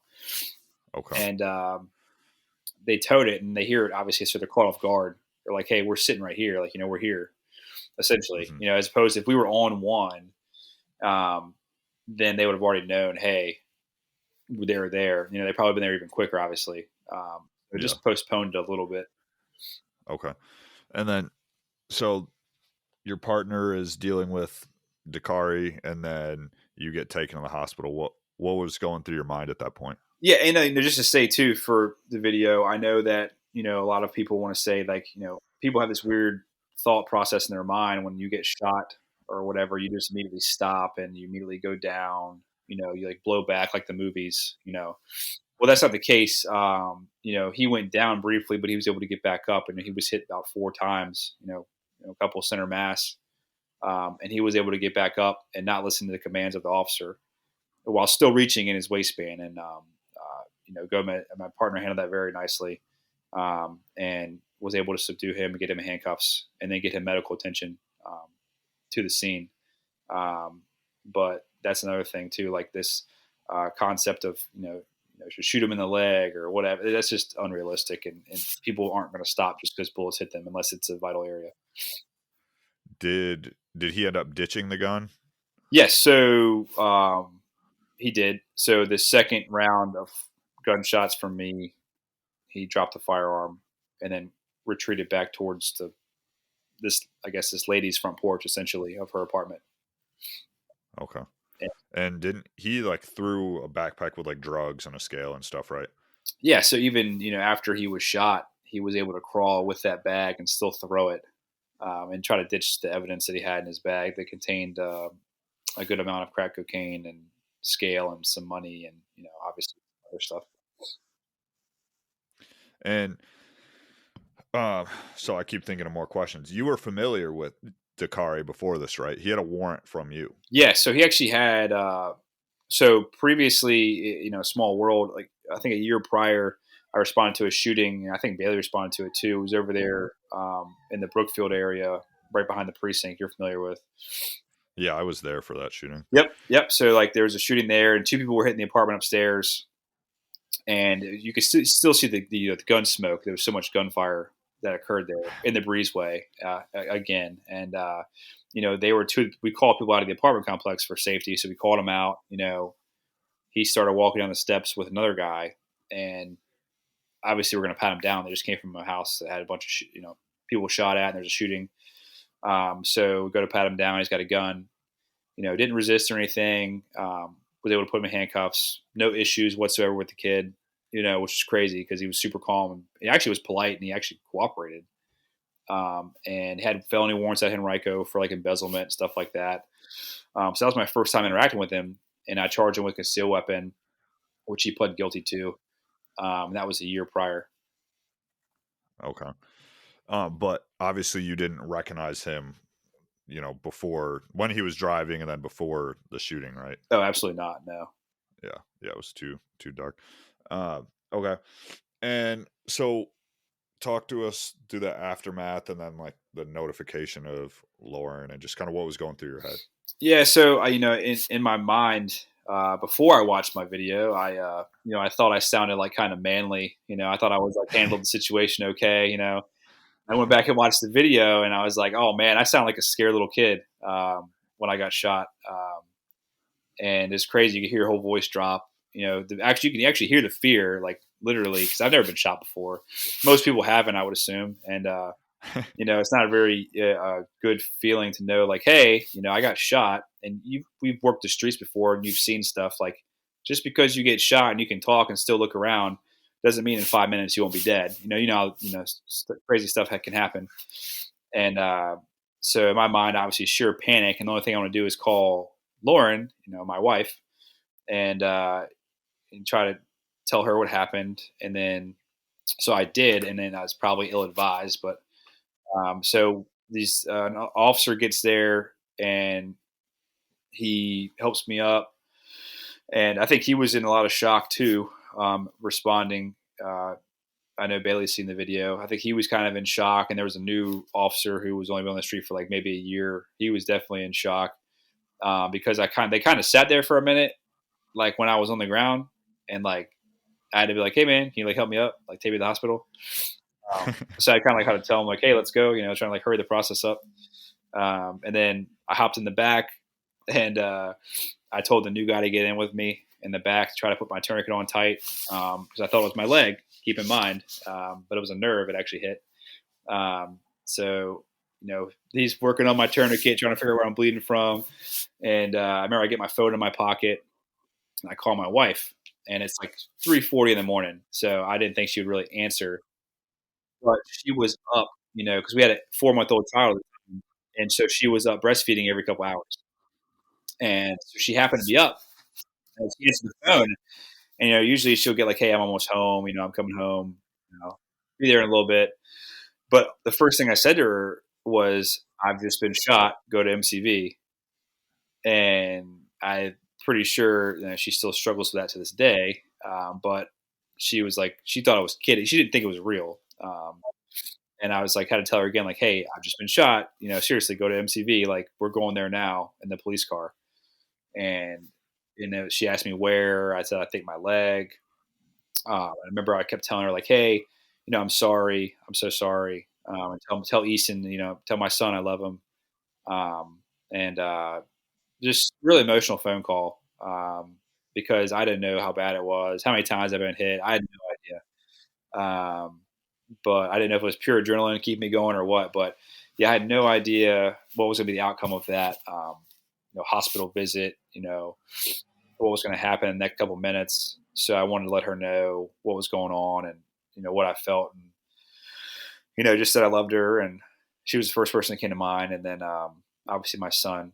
So, and then when we got to the hospital, it was kind of like, it's comforting to call like the first, I guess you can say like when you get an incident like that, the first person you want to call obviously is like the person you love the most. So it's like, you don't want to tell them like, and I kept saying, "I'm sorry." That was one of the questions they actually asked me in court was like, they were like, "Why did you keep saying I'm sorry?" And I was like, "Well, I just kept saying I'm sorry because like, I'm sorry I'm not gonna make it back home potentially. I'm sorry I'm not gonna be there to be a father for some stupid idiot with a gun." That was kind of like my mindset was like, "I'm sorry I'm not gonna be there for you when you need me the most with our son because of some asshole who wanted to take me away." So that was my mindset with going to the hospital. And then when we get there, I'm thinking like, "Hey, we'll be able to just go in. There'll be like a team waiting for me, and like it'll be like very smooth. Well, it wasn't very smooth. We got there, and 3 officers carried me in. And you've been to VCU Trauma Center before. It's usually people, hands on deck when a trauma guy comes in. They're all out there. Doctors are taking you back there. Well, there was nobody working. There was nobody in there. It was like a horror movie. Like I remember I walked in there, I got carried in there. It was like a horror scene. It was like, well, there's nobody here. It was like literally nobody was working there. And I was like, well, this is the day I die. Like, I was like, this is it right here. So, and then finally people came in, and I was like, whew. But that was a scary moment right there when there was no doctors or anything down there. I was like, this is the hospital, right? Yeah, that's crazy. There's always a shit ton of people there. Yeah. So that was crazy. That part was very scary for me. That was probably more scary than the whole thing. Was there's nobody down there. And then when the nurse came in, she calmed everybody down kind of, and she like started to get people out. And I know that I was on the phone with my wife still, and I wanted her to keep her on the phone, but I remember she took the phone up and she hung it up, and I was like, God damn it. So that kind of sucked. But yeah, that was. Well, because your wife's a nurse practitioner, right? Or a nurse? Yes. So she is a nurse practitioner. And so she knows trauma, and she used to work at VCU in the trauma center. So she does know trauma, and she just wanted to know where I was hit at and how bad it was. And so she could get a gauge of what was going on. Yeah. And luckily you weren't too far. That was a pretty short or a pretty short ride, right? Yeah, it was a total of I think like 7 minutes, like from like when they came to the scene and got to the hospital. Okay, and then was he taken to the same hospital?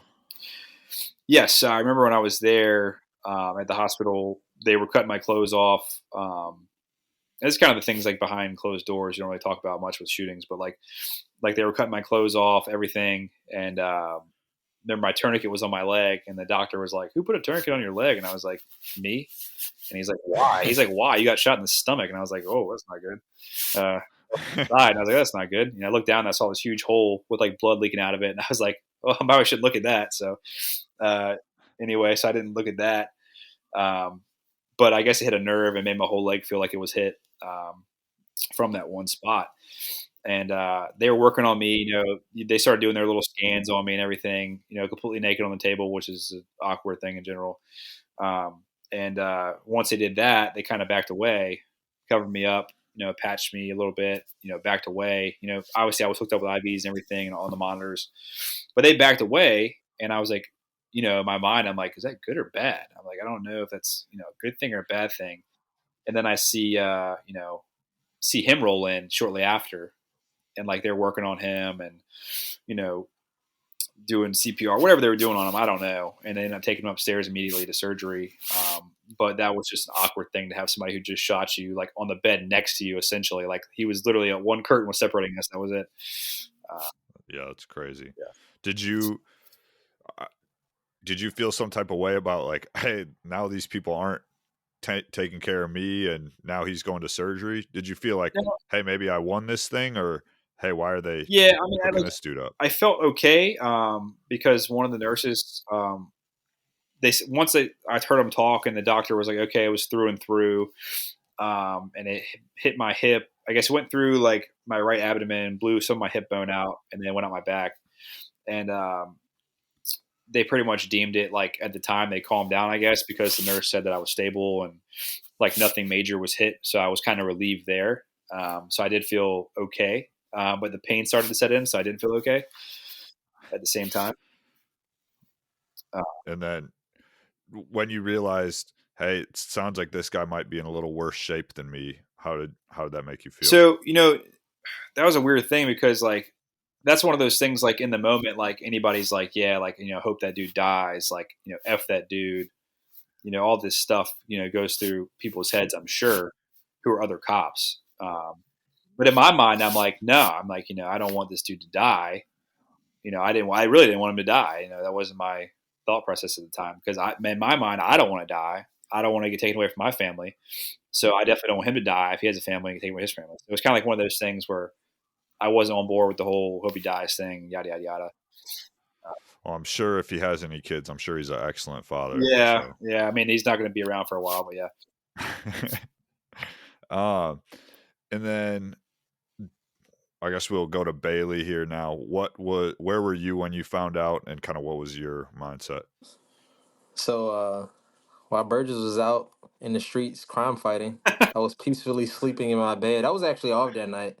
Um, and this show isn't about me. I'm not really gonna go into details, but the night prior to his incident was the machete incident, where that was a Oh yeah, pretty serious incident. So I actually had been off that whole weekend, um, and that was a whole thing in and of itself. But yeah, I was asleep. Like I said, I was peacefully sleeping, and you know how you wake up throughout the night.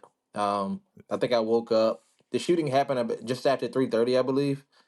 But I woke up maybe quarter to 5 a.m. or so, and I checked my phone, and I still have that text message to this day. I actually looked at it a few months ago just out of curiosity, and it was from one of the officers on the shift. It said Burgess had been shot in a foot pursuit. He's currently at MCV in stable condition. And I remember reading it, and I remember like for a second thinking, "Is this real or am I dreaming?" And then I read it again. So I remember yelling out in bed like, "What? Burgess just got shot!" And then I woke my wife up from yelling that, and she looked up and she was like, "What? What are you talking about?" I was like, "Burgess just got shot. Burgess just got shot." Um, and I immediately started calling him. Obviously, he couldn't pick up the phone because he didn't have his phone. He took it. So I started texting and calling a bunch of people that I knew had been working. I reached out to a few other people that know Burgess, that obviously wouldn't have known. Nobody was responding back immediately. So I think, did I ever get in contact with you, Burgess? Because somebody was saying, like, even if you do come here, they're not going to let you see him. They're not letting anybody in the hospital. Um, but I ended up coming down to the hospital around 7:30 that morning. And I was able to see Burgess, and we had a moment in there, and it was surreal. Like, Burgess and I are pretty good friends. We've always talked about stuff like this. It was a surreal moment because we had talked about potentially, being shot on this job, or things that can happen that can cause you to be in the hospital. Serious things, you can lose your life or whatever. So for it to happen to somebody that was close to me, and being in the hospital and seeing him laying down in the bed, it was definitely a surreal moment that hit me. I kept it together in that moment, but after that, it was definitely something to think about, and it kind of brings everything in perspective as to what can actually happen on the job. Yeah, I remember Bailey finally coming down, and he saw me laying there. My wife was there at the time, and I think Mike or somebody else was there too, another good friend of ours. And I remember I started crying. I did. I was like, I was super emotional, and I started crying, and it was just, I mean, I couldn't even control it. I don't even know why I started crying. I don't cry a lot, but I was crying, and I think I realized like how close, I was to not coming home, not seeing my kid, not seeing my wife, people, my friends, super close, and just really took a toll on me, like mentally, like right after all, as you can imagine, I'm sure all the adrenaline yeah. dump and everything else is happening. But yeah, just super emotional because I got to see, I got to see my friends came down to support me and see me, and it was just super emotional to see that, like, hey, you know, these are the guys I work with, and it was just a crazy feeling. How was Lauren during that time? I think Bailey might have told me this, that Henrico like escorted her, because you guys don't live in the city. So Henrico like escorted her to the hospital, and Yeah. So what Henrico, she called Henrico. So she called the communicate the 911 for Henrico, I guess communication number or whatever she called, and she said, "Hey, my husband's a police officer in Richmond. He was just shot." She's like, "I'm going to be running red lights going to MCV, so don't pull me over." And I guess they intercepted her. Like, they got her pretty quick before she got on the interstate. And they just gave her like a full escort down there. So they let her into the city. And once she was in the city, she just drove past them because she said they were driving too slow. So she started doing it herself. And she came down to the hospital, and she was in shock for sure. Like, she wasn't emotional at the time. Like, she wasn't crying. She went into like work mode. Like, she was like went into like nurse practitioner mode, and was like, you really dissecting like where I got hit at, like what my vitals were, like reading the X-rays and scans. I'm just like, what is going on? Is how bad is it? So, but yeah, she was doing all that stuff. She was really like, she was awesome. I mean, it was crazy. Without her, that would have been way worse. So for she did a sure. great job. And What was your thought process once you kind of realized, like, hey, I think I'm going to be all right? What was your thought process? Like, I've got a 4-month-old son, kind of that thought process, like thinking about your son. Yeah, so I didn't really know at the time I was gonna be okay for a little bit because they were actually waiting on they were waiting um, on like X-rays and stuff to come back because there was some shrapnel, like 15 pieces or so, are still in my leg, my abdomen area, I guess, and they're never going to go away. But they had to make sure those pieces didn't actually get into my intestines at all. So they actually had to do a bunch of tests on that, which took a while. And luckily, nothing entered my colon or intestines because that would have been immediate surgery uh, for Okay. them. So I was waiting on that, which is the most suspenseful thing I'd say was that 2 hours waiting to know if I'd have immediate surgery on my stomach, and it was just crazy. Do you know what he shot you with? Yep. So he shot me with a 45 hollow point. Okay. 45 hollow point, and actually somehow went through and through all the way. Interesting. That's a pretty nice gun for him. I thought you were for sure going to say like a Taurus 9 mil, like, Yeah, I think or it was high I'm point pretty sure it something. was a 45 clock. So it was definitely a 45 hollow point, which is a big round. Yeah, it's interesting. Um, so in the aftermath, how long were you in the hospital for? So like once they got the X-ray back and they realized I wasn't going to have surgery right away, they moved me to like another floor where like shooting victims go, which is like I want to say it's like the top floor. And I was up there for like the whole night. I was up there, I'd say, and because that was a long day. I remember that happened. I had been up all night anyway, and I remember it was probably like I went like a day and a half without sleeping almost. It felt like, and but I was there for maybe a day, and they wanted me to stay longer, but I cut it short for obviously personal reasons with my father. But yeah, they took it was kind of it was. It was interesting because they kept coming in every 2 to 3 hours to take blood and everything else. So you really didn't get any rest the whole time, which was which is very annoying. Yeah. And then what was, you don't necessarily need to get too specific, but what was the department response? And then kind of, did you pay attention to the news at all after? I know there was a decent amount of news coverage on it. Yeah, so I remember. I think Bailey actually showed me the article or something they wrote, like shootout in like alleyway or something like that, something crazy they wrote, and I don't remember exactly what it was, but I didn't care. It's like shootout. It was like shootout in the alley between driver and police officer. It Yeah, was just yeah, the yeah. And weirdest way they could have titled it. I was like, whatever. I didn't really care, at the time. I was like, whatever, because that was the last thing on my mind. But I know that I guess to say the department response was great. Uh, have my friends there, other officers come show support was fantastic. Ton of support that way. At the time, we had a chief that wasn't very good and nobody really liked. So I remember they had a specific lieutenant who's kind of a badass, was pretty much in charge of my room, and he had like a list that I gave him for people that could come see me or couldn't see me. And let's just say that the chief at the time and the mayor were not on it. They were very, very upset about that. So that was it was okay with me. I just wanted my close friends there and family. For sure. And what was, oh, actually, with the news thing, one article that I remember you kind of not being pleased with in the group chat was about the article that said like you were walking around with a cane.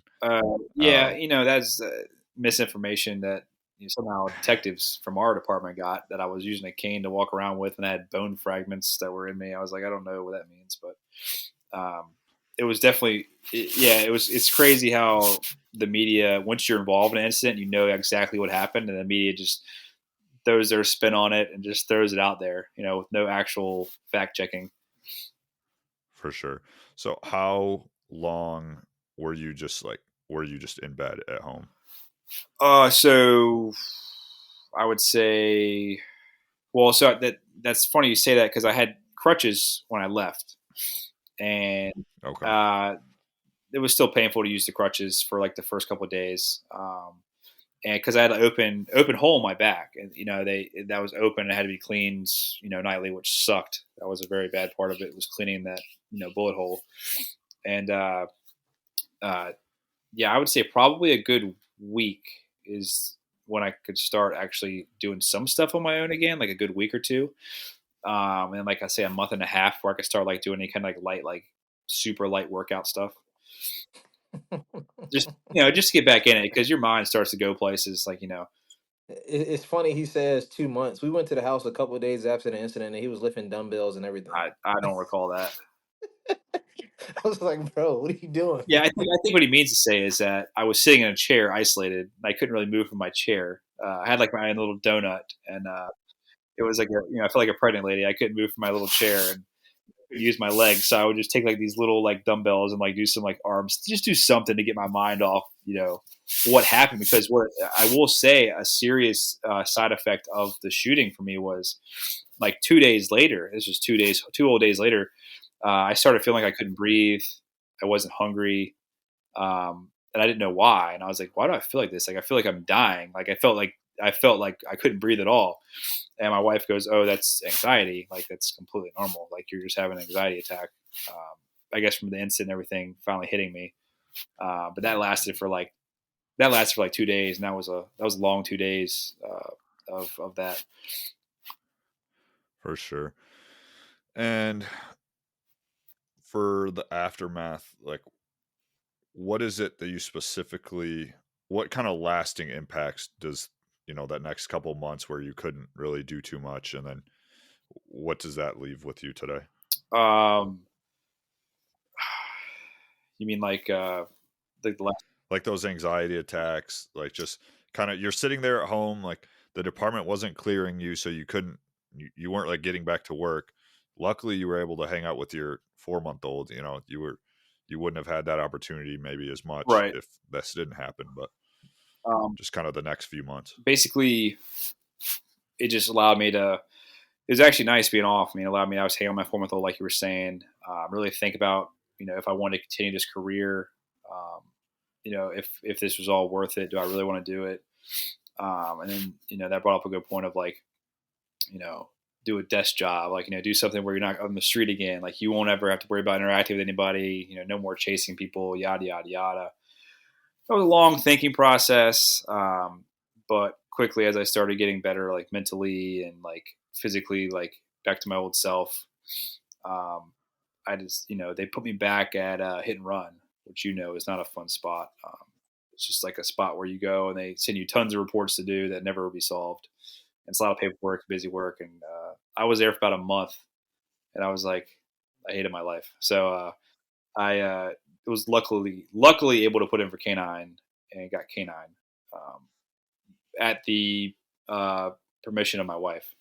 So she let me put in because she knew that I'd be miserable at a desk.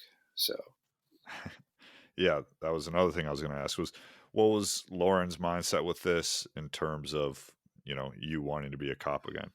So she just, it was common sense mindset she had. She was like, she wanted me home with Easton and her. Like she doesn't want me, she still doesn't want me out there. Like she doesn't want me out there doing my job now. Like she doesn't want me with the dog. She doesn't want me doing any of that stuff because, we do dangerous stuff. Me and Bailey tracked a guy the other day who just ran from the police with my canine. So it was like, all that stuff getting badly.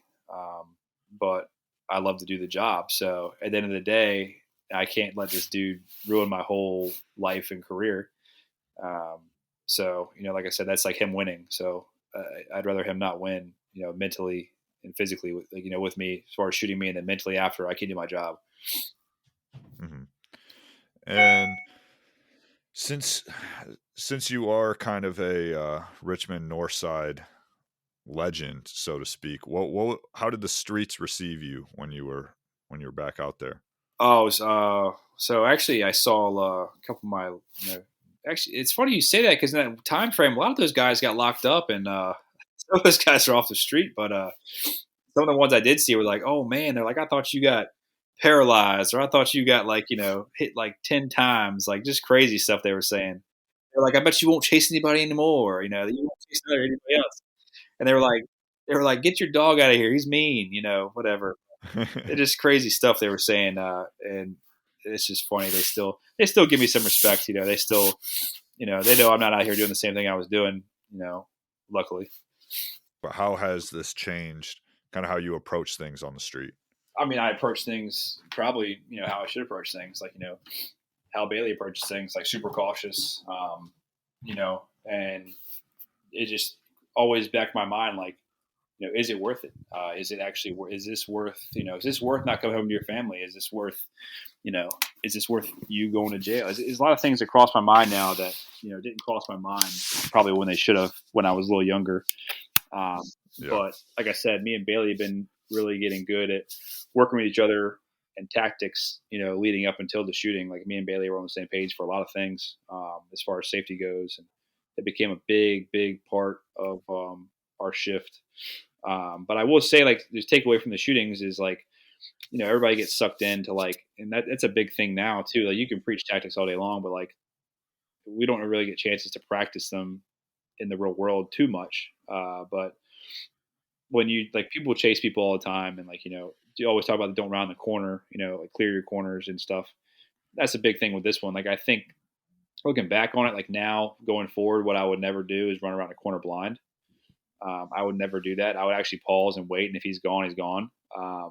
Because in my mind at the time, it was like, I got to catch this guy. I can't lose the foot pursuit. You got to catch him. You got to get this guy. Whatever. He's got to go to jail. And now I'm like, if he gets away, he gets away. It is what it is. But I'll make sure I don't get shot when I come around the corner. Just little things like that to take away, obviously, from an incident that was pretty bad. Have you and your partner that night discussed the incident? We have. Just two different point of views. Like every major incident, there's going to be two different points of views. You're not going to see the same things. You're not going to feel the same thing.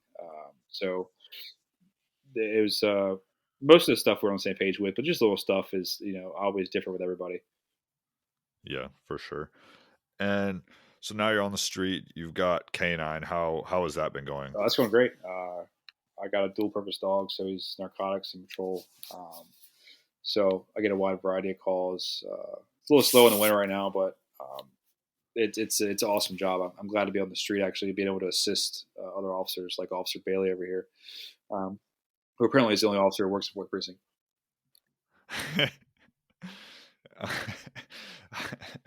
How has that learning process been? Like, I've heard a lot of canine officers say that the training is more about training you versus training the dog. Yeah. So when I got him, he was already certified. So another handler already had him and went through 2 schools with him. And so it made it easy for me as with him. It was just me getting to know the dog, and just me is training me essentially. You're right, is exactly right. So it was about 6 months of training me, and I'm still learning. So I'm obviously still new. So how long do you think you're going to ride out the canine spot? So I talked about that. I don't know. I want to work him and work him for like 5 or 6 years till he can retire, and then my end goal is to put him for sergeant. I want to put him for sergeant eventually, because I know by the time I'm done with canine, Bailey will eventually be sergeant. So hopefully he is. If not, I don't know what he's doing. I think obviously we could talk about general policing for a second, but like going back to the pursuit in my incident, like it's like a super common theme now is that sergeants with no street experience will be in charge of guys who do street work, and they don't know how to police them, or what's it called, supervise them correctly. And a lot of these supervisors will just immediately cut stuff off because they won't get off on time or because they don't want to deal with paperwork. Like in my situation, I think that, and I truly believe this, I think that if she let our pursuit go, I think they would have turned the channels. I think they would have said, hey, for whatever is in a pursuit, getting off on Maury Street, and we'd have had units to us in like 3 seconds. And I'm not saying that would have changed the outcome. I think he still would have shot whoever, but it could have, it could have changed the outcome. And I think it's a bad mindset, is that the officers are always liable for decisions they make, but the supervisors aren't liable in the same way that officers are. So it's like supervisors pretty much say whatever they want with no reasoning and completely be fine with it, Mm-hmm. but the officers can't. It's just it needs to be switched around a little bit. So, this will be a question for both of you. What do you guys think it takes to be a good leader in the police realm? Oh, I think Bailey's got that. From my perspective, to be a good leader in law enforcement, um, just like it would be leadership anywhere else, I think you got to have your guys' best interests at heart. Um, Sometimes you may not understand things, and as a supervisor, just because you don't understand it and you don't really know because whether you did that police work or not, it's not necessarily your own fault. But you can educate yourself on it by through your guys or just do your own research on the topic. Um, Also, letting your people just do police work within the realms of the law, obviously, and policy, and having your guys back when they're doing the right thing. Like, we're not condoning illegal police action or anything like that, but when your guys are doing the right thing, um, and you got go-getters out there that's willing to do the job, as long as they're doing it correctly, I think you should allow those people to do it. Um, and the people that aren't as proactive, maybe they're the guys that take the radio calls. We can't make everybody happy. Obviously, every decision you make is not going to be the most favorable decision. But you kind of got to supervise with what people are giving you. So if you got guys that I think that are proactive and they're on point, their tactics are good, they're in policy, and they're in the realms of the law, allow those guys to do that. If you got guys that aren't as proactive, which is fine, if they're not as proactive, but they need to be doing the radio calls. But I think the best thing is just having your guys back and knowing that you have their best interests at heart Yep. and getting them the resources that they need. Yeah, I would say that for sure. I think a lot of the supervisors that we see that we have they don't actually lead. It's more of like they just say, they don't actually do it. It's like a lot of the good supervisors that I've had in the past will lead by example. So they'll be out there with their guys. They'll be out there getting in the foot pursuits, getting in the traffic stops with them, doing all kinds of stuff with the guys. Like actually learning their people. They'll learn their people and be like, hey, these are my proactive guys. This is who's going to do some stuff. They do proactive stuff. This will be my radio call people. Like you get to know your people. And a lot of the supervisors now don't do that or they don't care. They look at the proactive officers as a problem instead of actually like a good thing, because the officers who don't do anything will never generate any paperwork, which is great. And that's what supervisors like now, obviously. But that's the main thing is like getting to know your people and like actually be supportive. Like you can, you don't have to be like gung ho about having your guys go out and be proactive, but you can also support it too. Like, hey, these guys want to do that, that's fine. Like, just do your thing, but make sure you're doing it correctly, like Bailey was saying. And what we're Yeah. saying is not necessarily where we work. I don't want to make it seem like, oh, Right. Yes, we're throwing the can on where we work, but just talking to officers from across the country, listening to other podcasts, even reading about it, it seems like a trend just in society and policing across the country. I'm not talking about any particular person. I don't think Burgess is talking about any particular person or leadership in our department per se. This is just as a whole, as of law enforcement in the country in general. yeah, absolutely. I wouldn't say it was just our department because everywhere, every department has the same issues. They really do. Like a lot of them have the same issues that everybody has. So it's just using examples from our experience. That's it. Yeah, for sure. And then Bailey, what are your career aspirations besides being that your 30-year crusty patrolman? Kind of like Burgess was saying. I want to. At some point, I have aspirations of obviously getting into leadership in the police department. What they call them, law enforcement executives, potentially going up the rank. That is an actual thing. But I know. before I do that, I want to get some other things under my belt. Whether that may be some type of detective work. As of now, I don't want to really get off the street per se and do detective work. Like I said, I still enjoy it. It comes with what it comes with, but I still enjoy being on the street. I enjoy being in the uniform, being a first responder, so to speak, to the incidents, rather than being on the back skirts. Showing up after everything has kind of been taken care of. You got crime scene tape up. If the suspects or whatever needs to be arrested, they're already in cuffs. I kind of like doing that stuff or setting that stuff up, being some of the first people on scene. If you talk to my wife, Obviously, she's gonna tell you that she wants me to do something else, just like y'all tell me all the time. I hear from her constantly that I need to go and potentially be a detective or something that's just a little bit less in the limelight on the street. Because obviously, there's a lot that's on the spouses too. I think that's something that's not talked about a lot. I'm sure Burgess' wife can attest as well. Just the anxiety they deal with on a day-to-day basis. Every day we leave, they know something like this can happen. Going back to Burgess's incident, I want to say I'm pretty sure I talked to Lauren a couple weeks because I think you had like a cookout or something at your house. Yep. Um, a couple weeks prior to him being shot, and she was saying one of her biggest fears was being waking up in the middle of the night, saying that he was either shot or not coming back home. So my wife doesn't show it as much as some other spouses may show it, but I can definitely tell it weighs on her. She says she never really gets into good sleep until I'm in the house because I work night shift, so she's sleep when I get home. Yep. Same thing here. Mhm. I'd say the same thing. Another thing with the I guess for the I don't know if you know, but I was gonna let them know, Bailey, the ruling for the I guess the court case he got was 20 years with 12 suspended. Um, that's what they deemed for his I guess his guilty verdict. Yeah. So what's the deal with suspended sentences?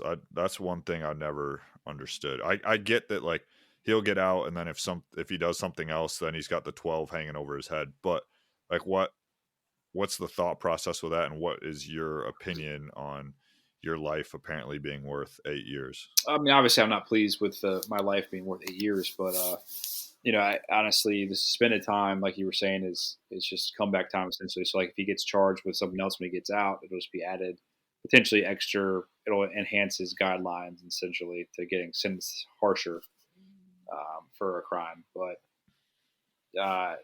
as far as the sentencing goes, I mean, with everything how it is in politics and everything in the city, I was actually kind of pleased that it was 8 years because they were initially talking to be less than 8 years.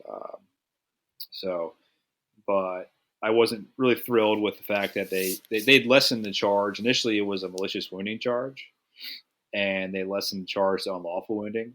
And the judge's reasoning behind that was that she believed he knew it was the police. She said she believed that he wasn't acting in self defense, but she said there was a reasonable amount of fear that he possessed, and I'm still baffled by that to this day because if you run from the police, obviously you're fearful of going to jail. It's pretty common, to be fearful of the police. But that was her logic for making it unlawful wounding, which didn't make any sense to me.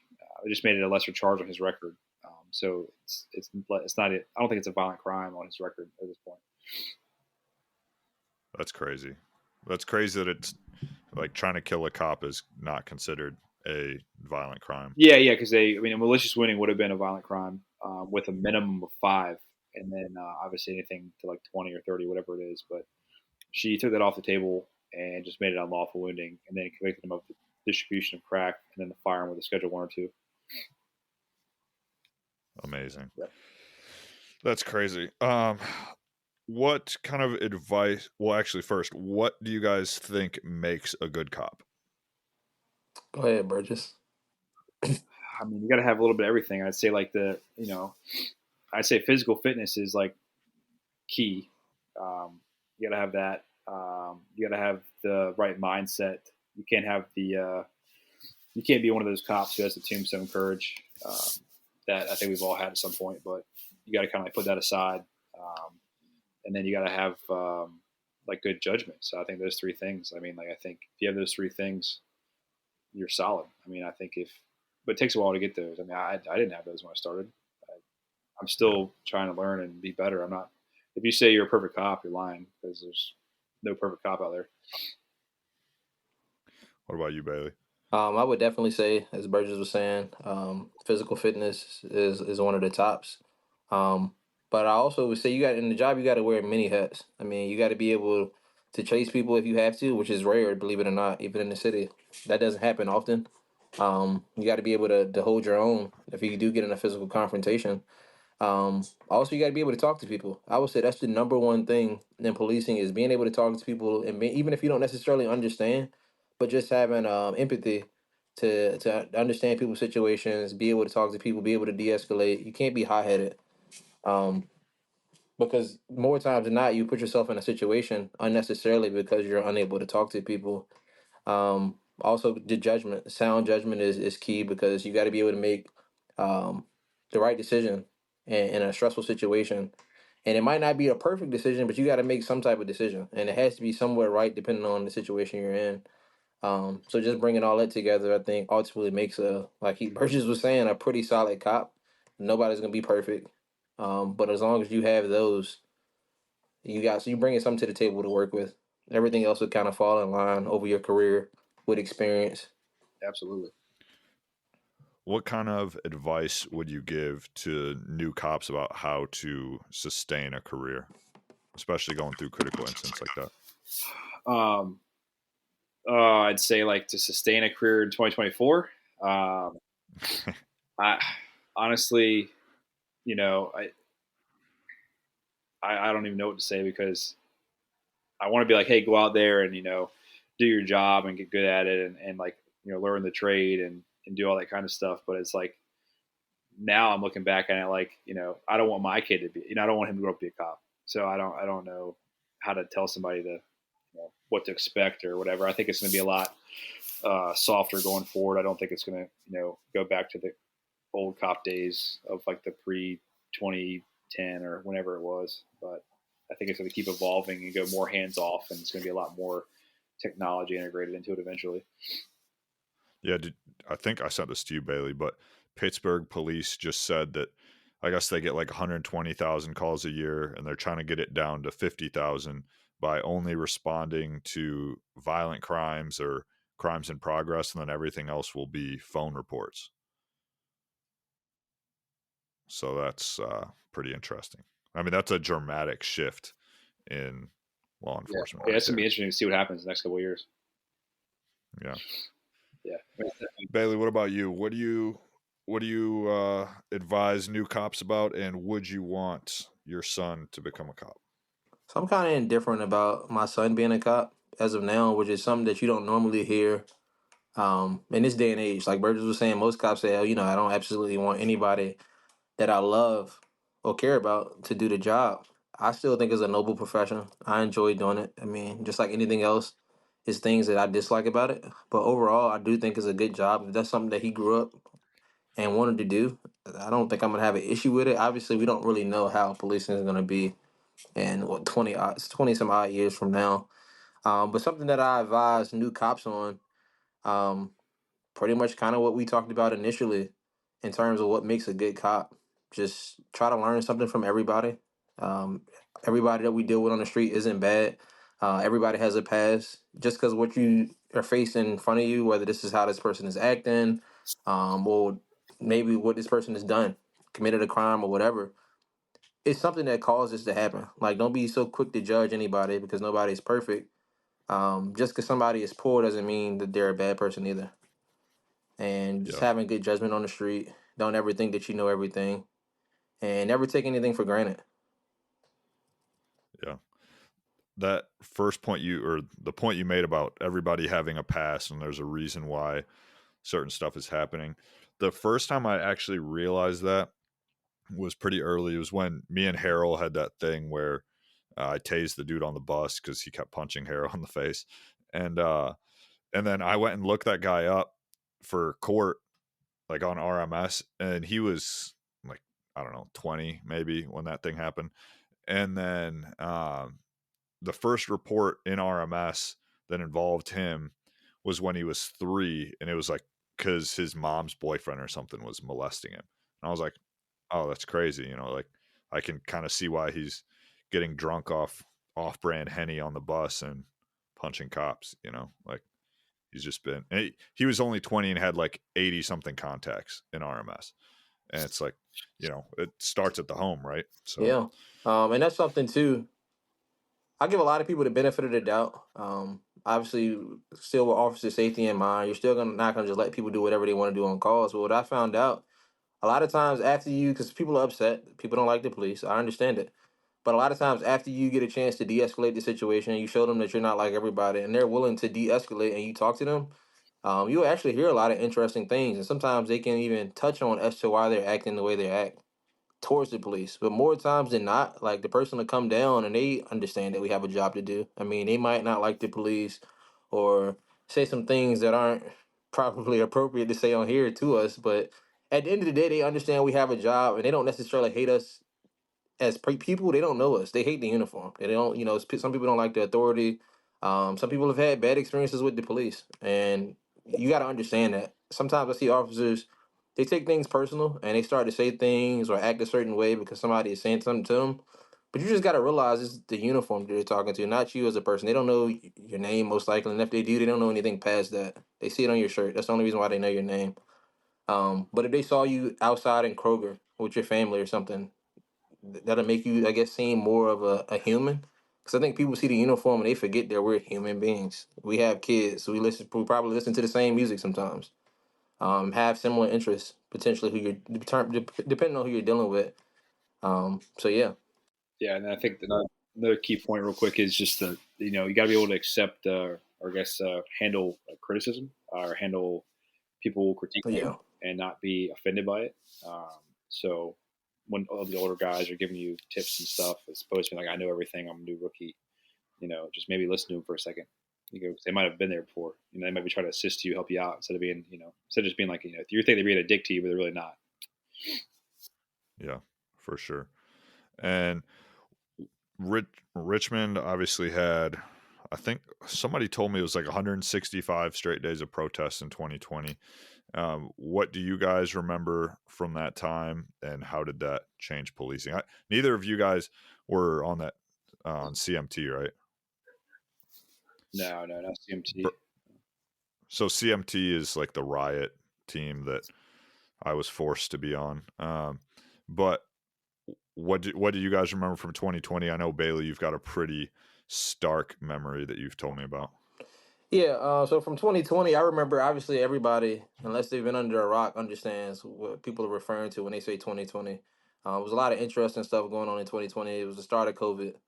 It was like a perfect storm for everything that ultimately took place in 2020, reference police, society, and everything else.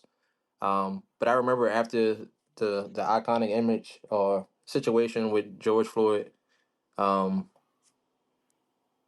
the whole country kind of experienced riots, especially in major cities. And I remember this particular day when the riots and stuff really kicked off. I remember coming in road to work and roll call, and I'm like, have y'all been watching the news? Like, are y'all on social media? Do y'all realize what's about to happen tonight? Like, they're talking about protesting in downtown.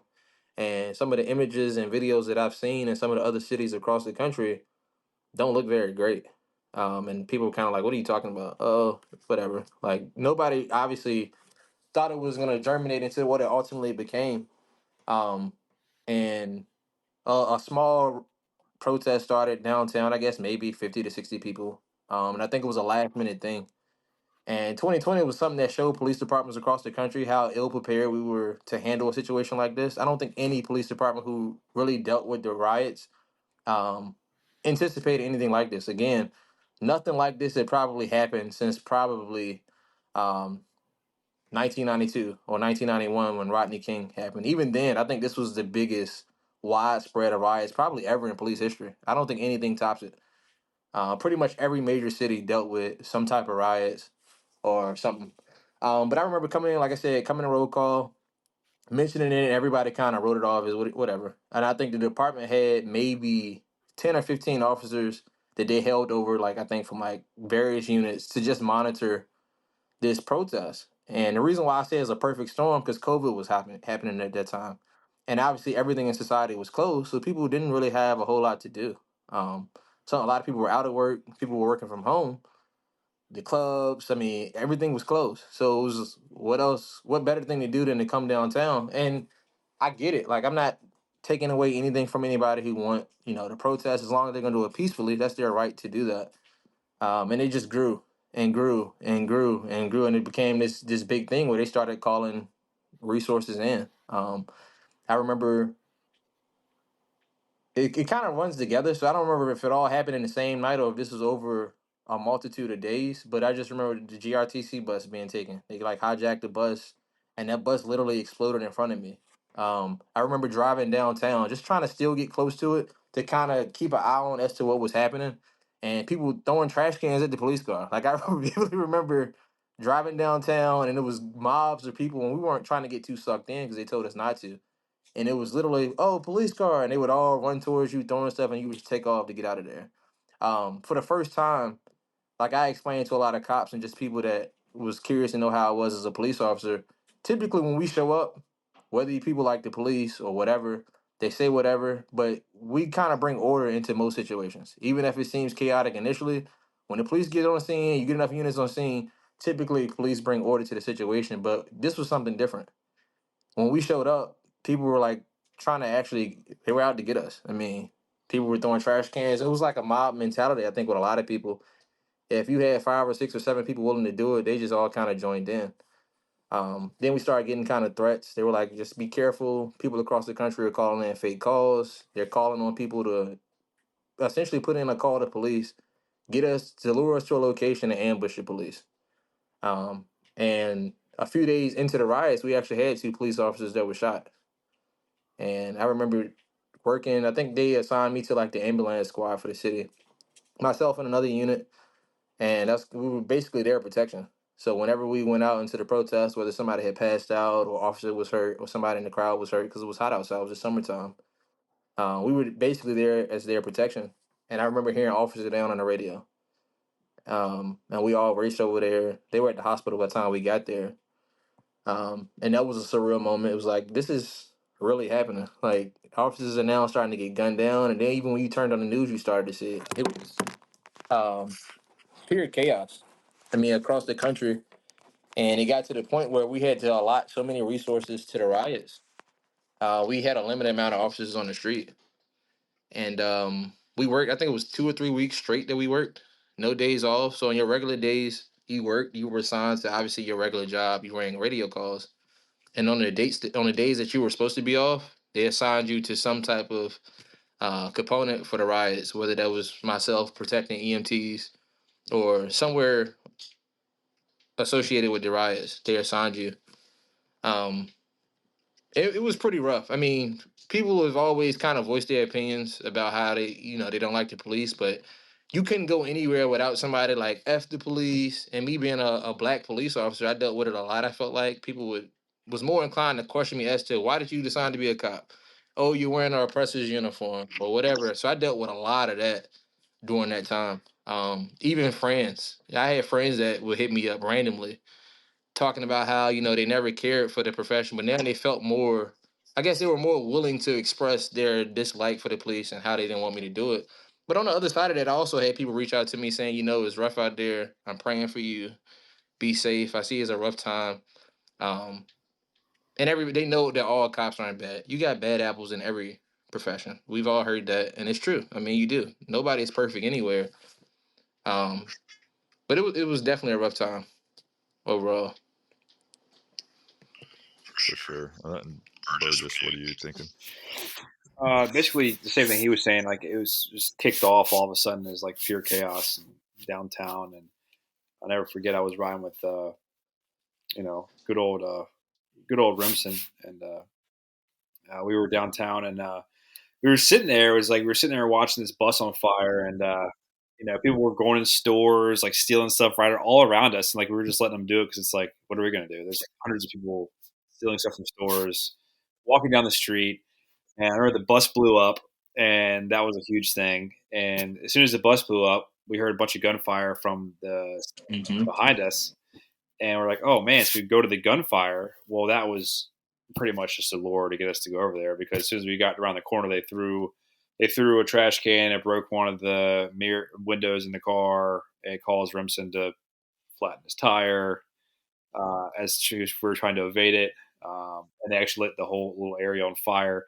So it was like I said, Bailey was saying all these like little ambushes they were trying to set up to get cops trapped. So it was like surreal because it's never happened before, obviously in our time as police officers around here. So that was just crazy to think like, hey, this just kicked off out of nowhere. We were calling in SWAT from Chesterfield. State was coming. They were gassing the whole Broad Street was getting tear gassed. People were getting bricks thrown at them. It was just the Wild West essentially. And the one day I remember vividly, they let it kind of. They actually got a grasp on it was when they implemented the curfew law, and it was like if you're out past 8 o'clock, you're subject to arrest downtown, and that was pretty cool because it actually did eliminate a lot of the uh, you know bad protests, bad riots because those people were looting stores and stuff were the ones that were getting taken to jail and they had guns and all kinds of stuff. It was a great effort from like multiple helicopters. I know a National Guard helicopter, and it was the local Chesterfield and Henrico and Richmond plane was up, and people would just try to hide and run, and then people will hop out and grab them and go to the next one. So that definitely helped a lot of crime that night. Yeah, for sure. And how do you think policing has changed in the last 4 years or 3.5, whatever? Oh man, it's completely changed. I think and I hate to say it, but it's changed a lot in different ways. But I'd say it's more so now um, against the police, essentially. Like as far as like the police has been discredited so much now, it's like I feel like a lot of I don't know. I think it's just a constant building trust back with the communities and stuff with the police since 2020. I think it's getting better. I think it's been better the past couple of years, but I think it's still going to keep building and hopefully get better and better. But I don't think it'll ever be the same. I don't think it'll ever be. I think our words is not going to mean as much as it did once before. Mm-hmm. Yeah, Bailey, what about you?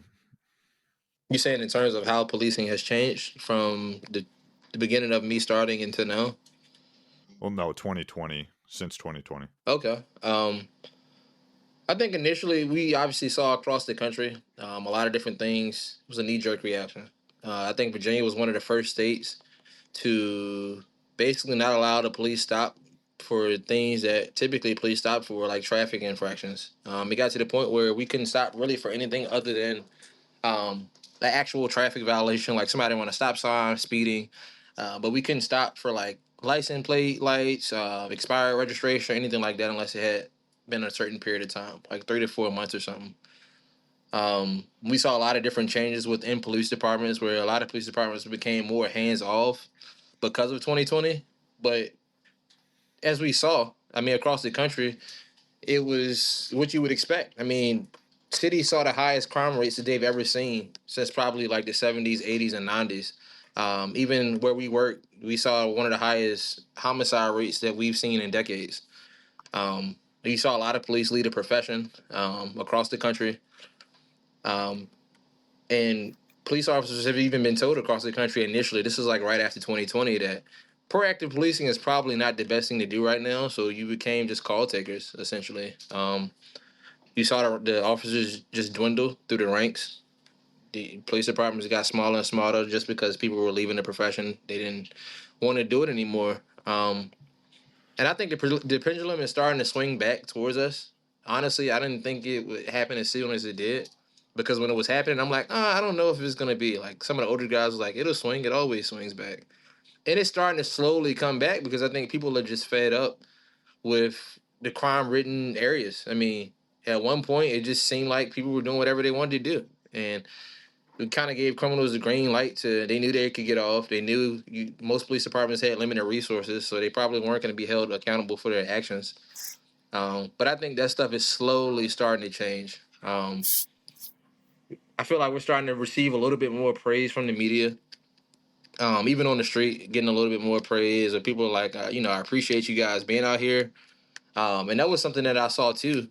You had a lot of people speaking on a lot of topics that didn't have, I don't think, the platform to really, they might have had the platform, but they didn't have the experience or background to speak on.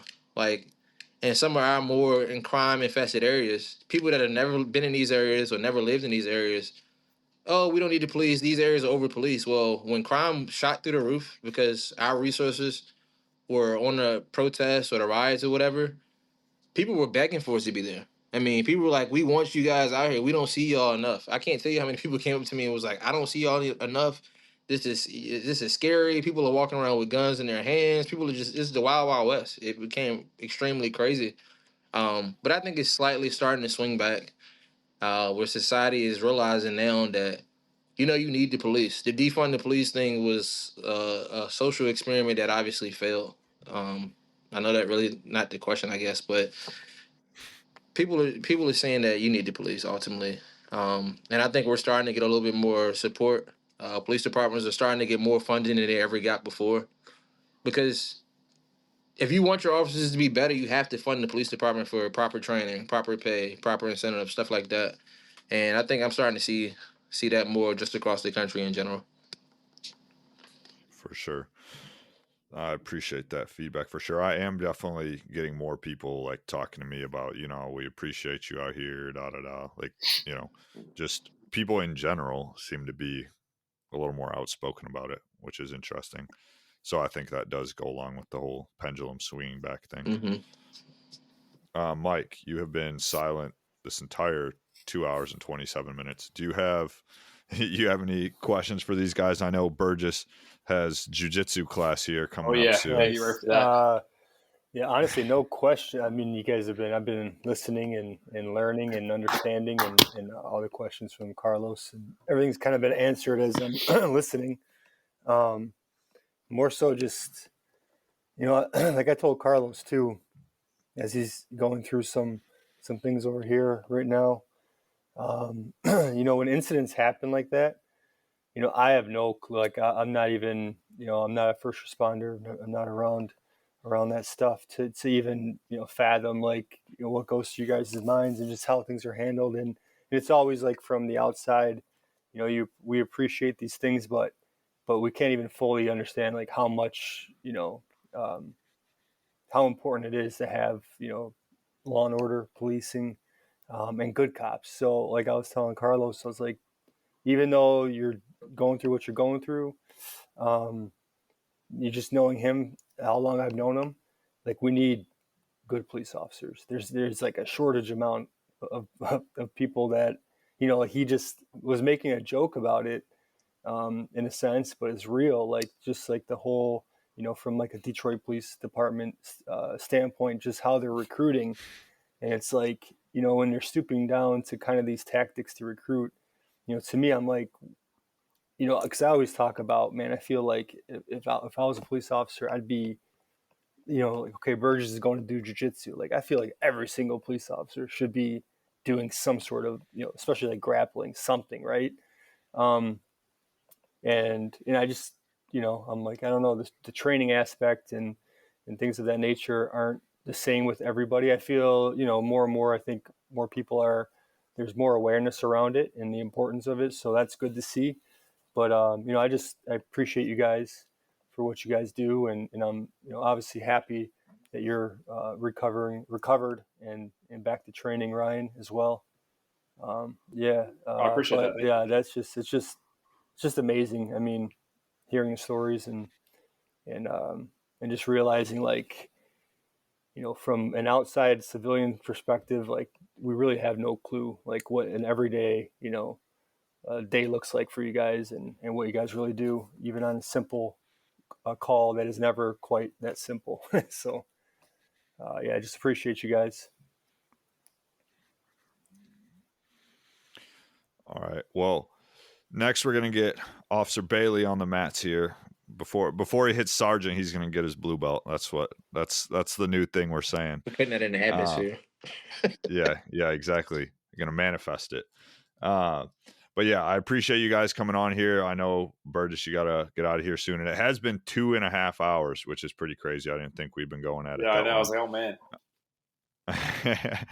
Well, but yeah, I appreciate you guys. I appreciate the mentorship that you've given me. And then I think I posted this too when Burgess, when you got shot and there was that GoFundMe thing for you. Like, you guys for real were big influences on my life when I was down there. I always knew you guys would have my back. Like when I had that thing where that dude headbutted me or whatever and broke my tooth, you told me you were at the pumps when that happened, and I was way up in Highland Park, and which is like the opposite side of the precinct, and you were the first one there before people that I know were much closer. So I appreciate that for sure. I don't know where Bailey was, but I don't remember responding to that. I don't know if I was at the hospital or what. I might have been sitting on the TDO. He was on TDO.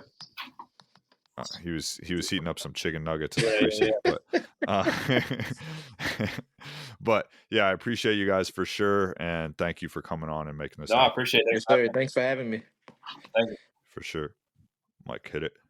Thing where that dude headbutted me or whatever and broke my tooth. You told me you were at the pumps when that happened, and I was way up in Highland Park, and which is like the opposite side of the precinct, and you were the first one there before people that I know were much closer. So I appreciate that for sure. I don't know where Bailey was, but I don't remember responding to that. I don't know if I was at the hospital He or was what. Billy I might have been sitting on the was TDO. on TDO. he was heating up some chicken nuggets in the Yeah, precinct, but yeah, I appreciate you guys for sure, and thank you for coming on and making this No, I happen. appreciate it. Yes, sir. Thanks for having me. Thank you. For sure. Mike hit it.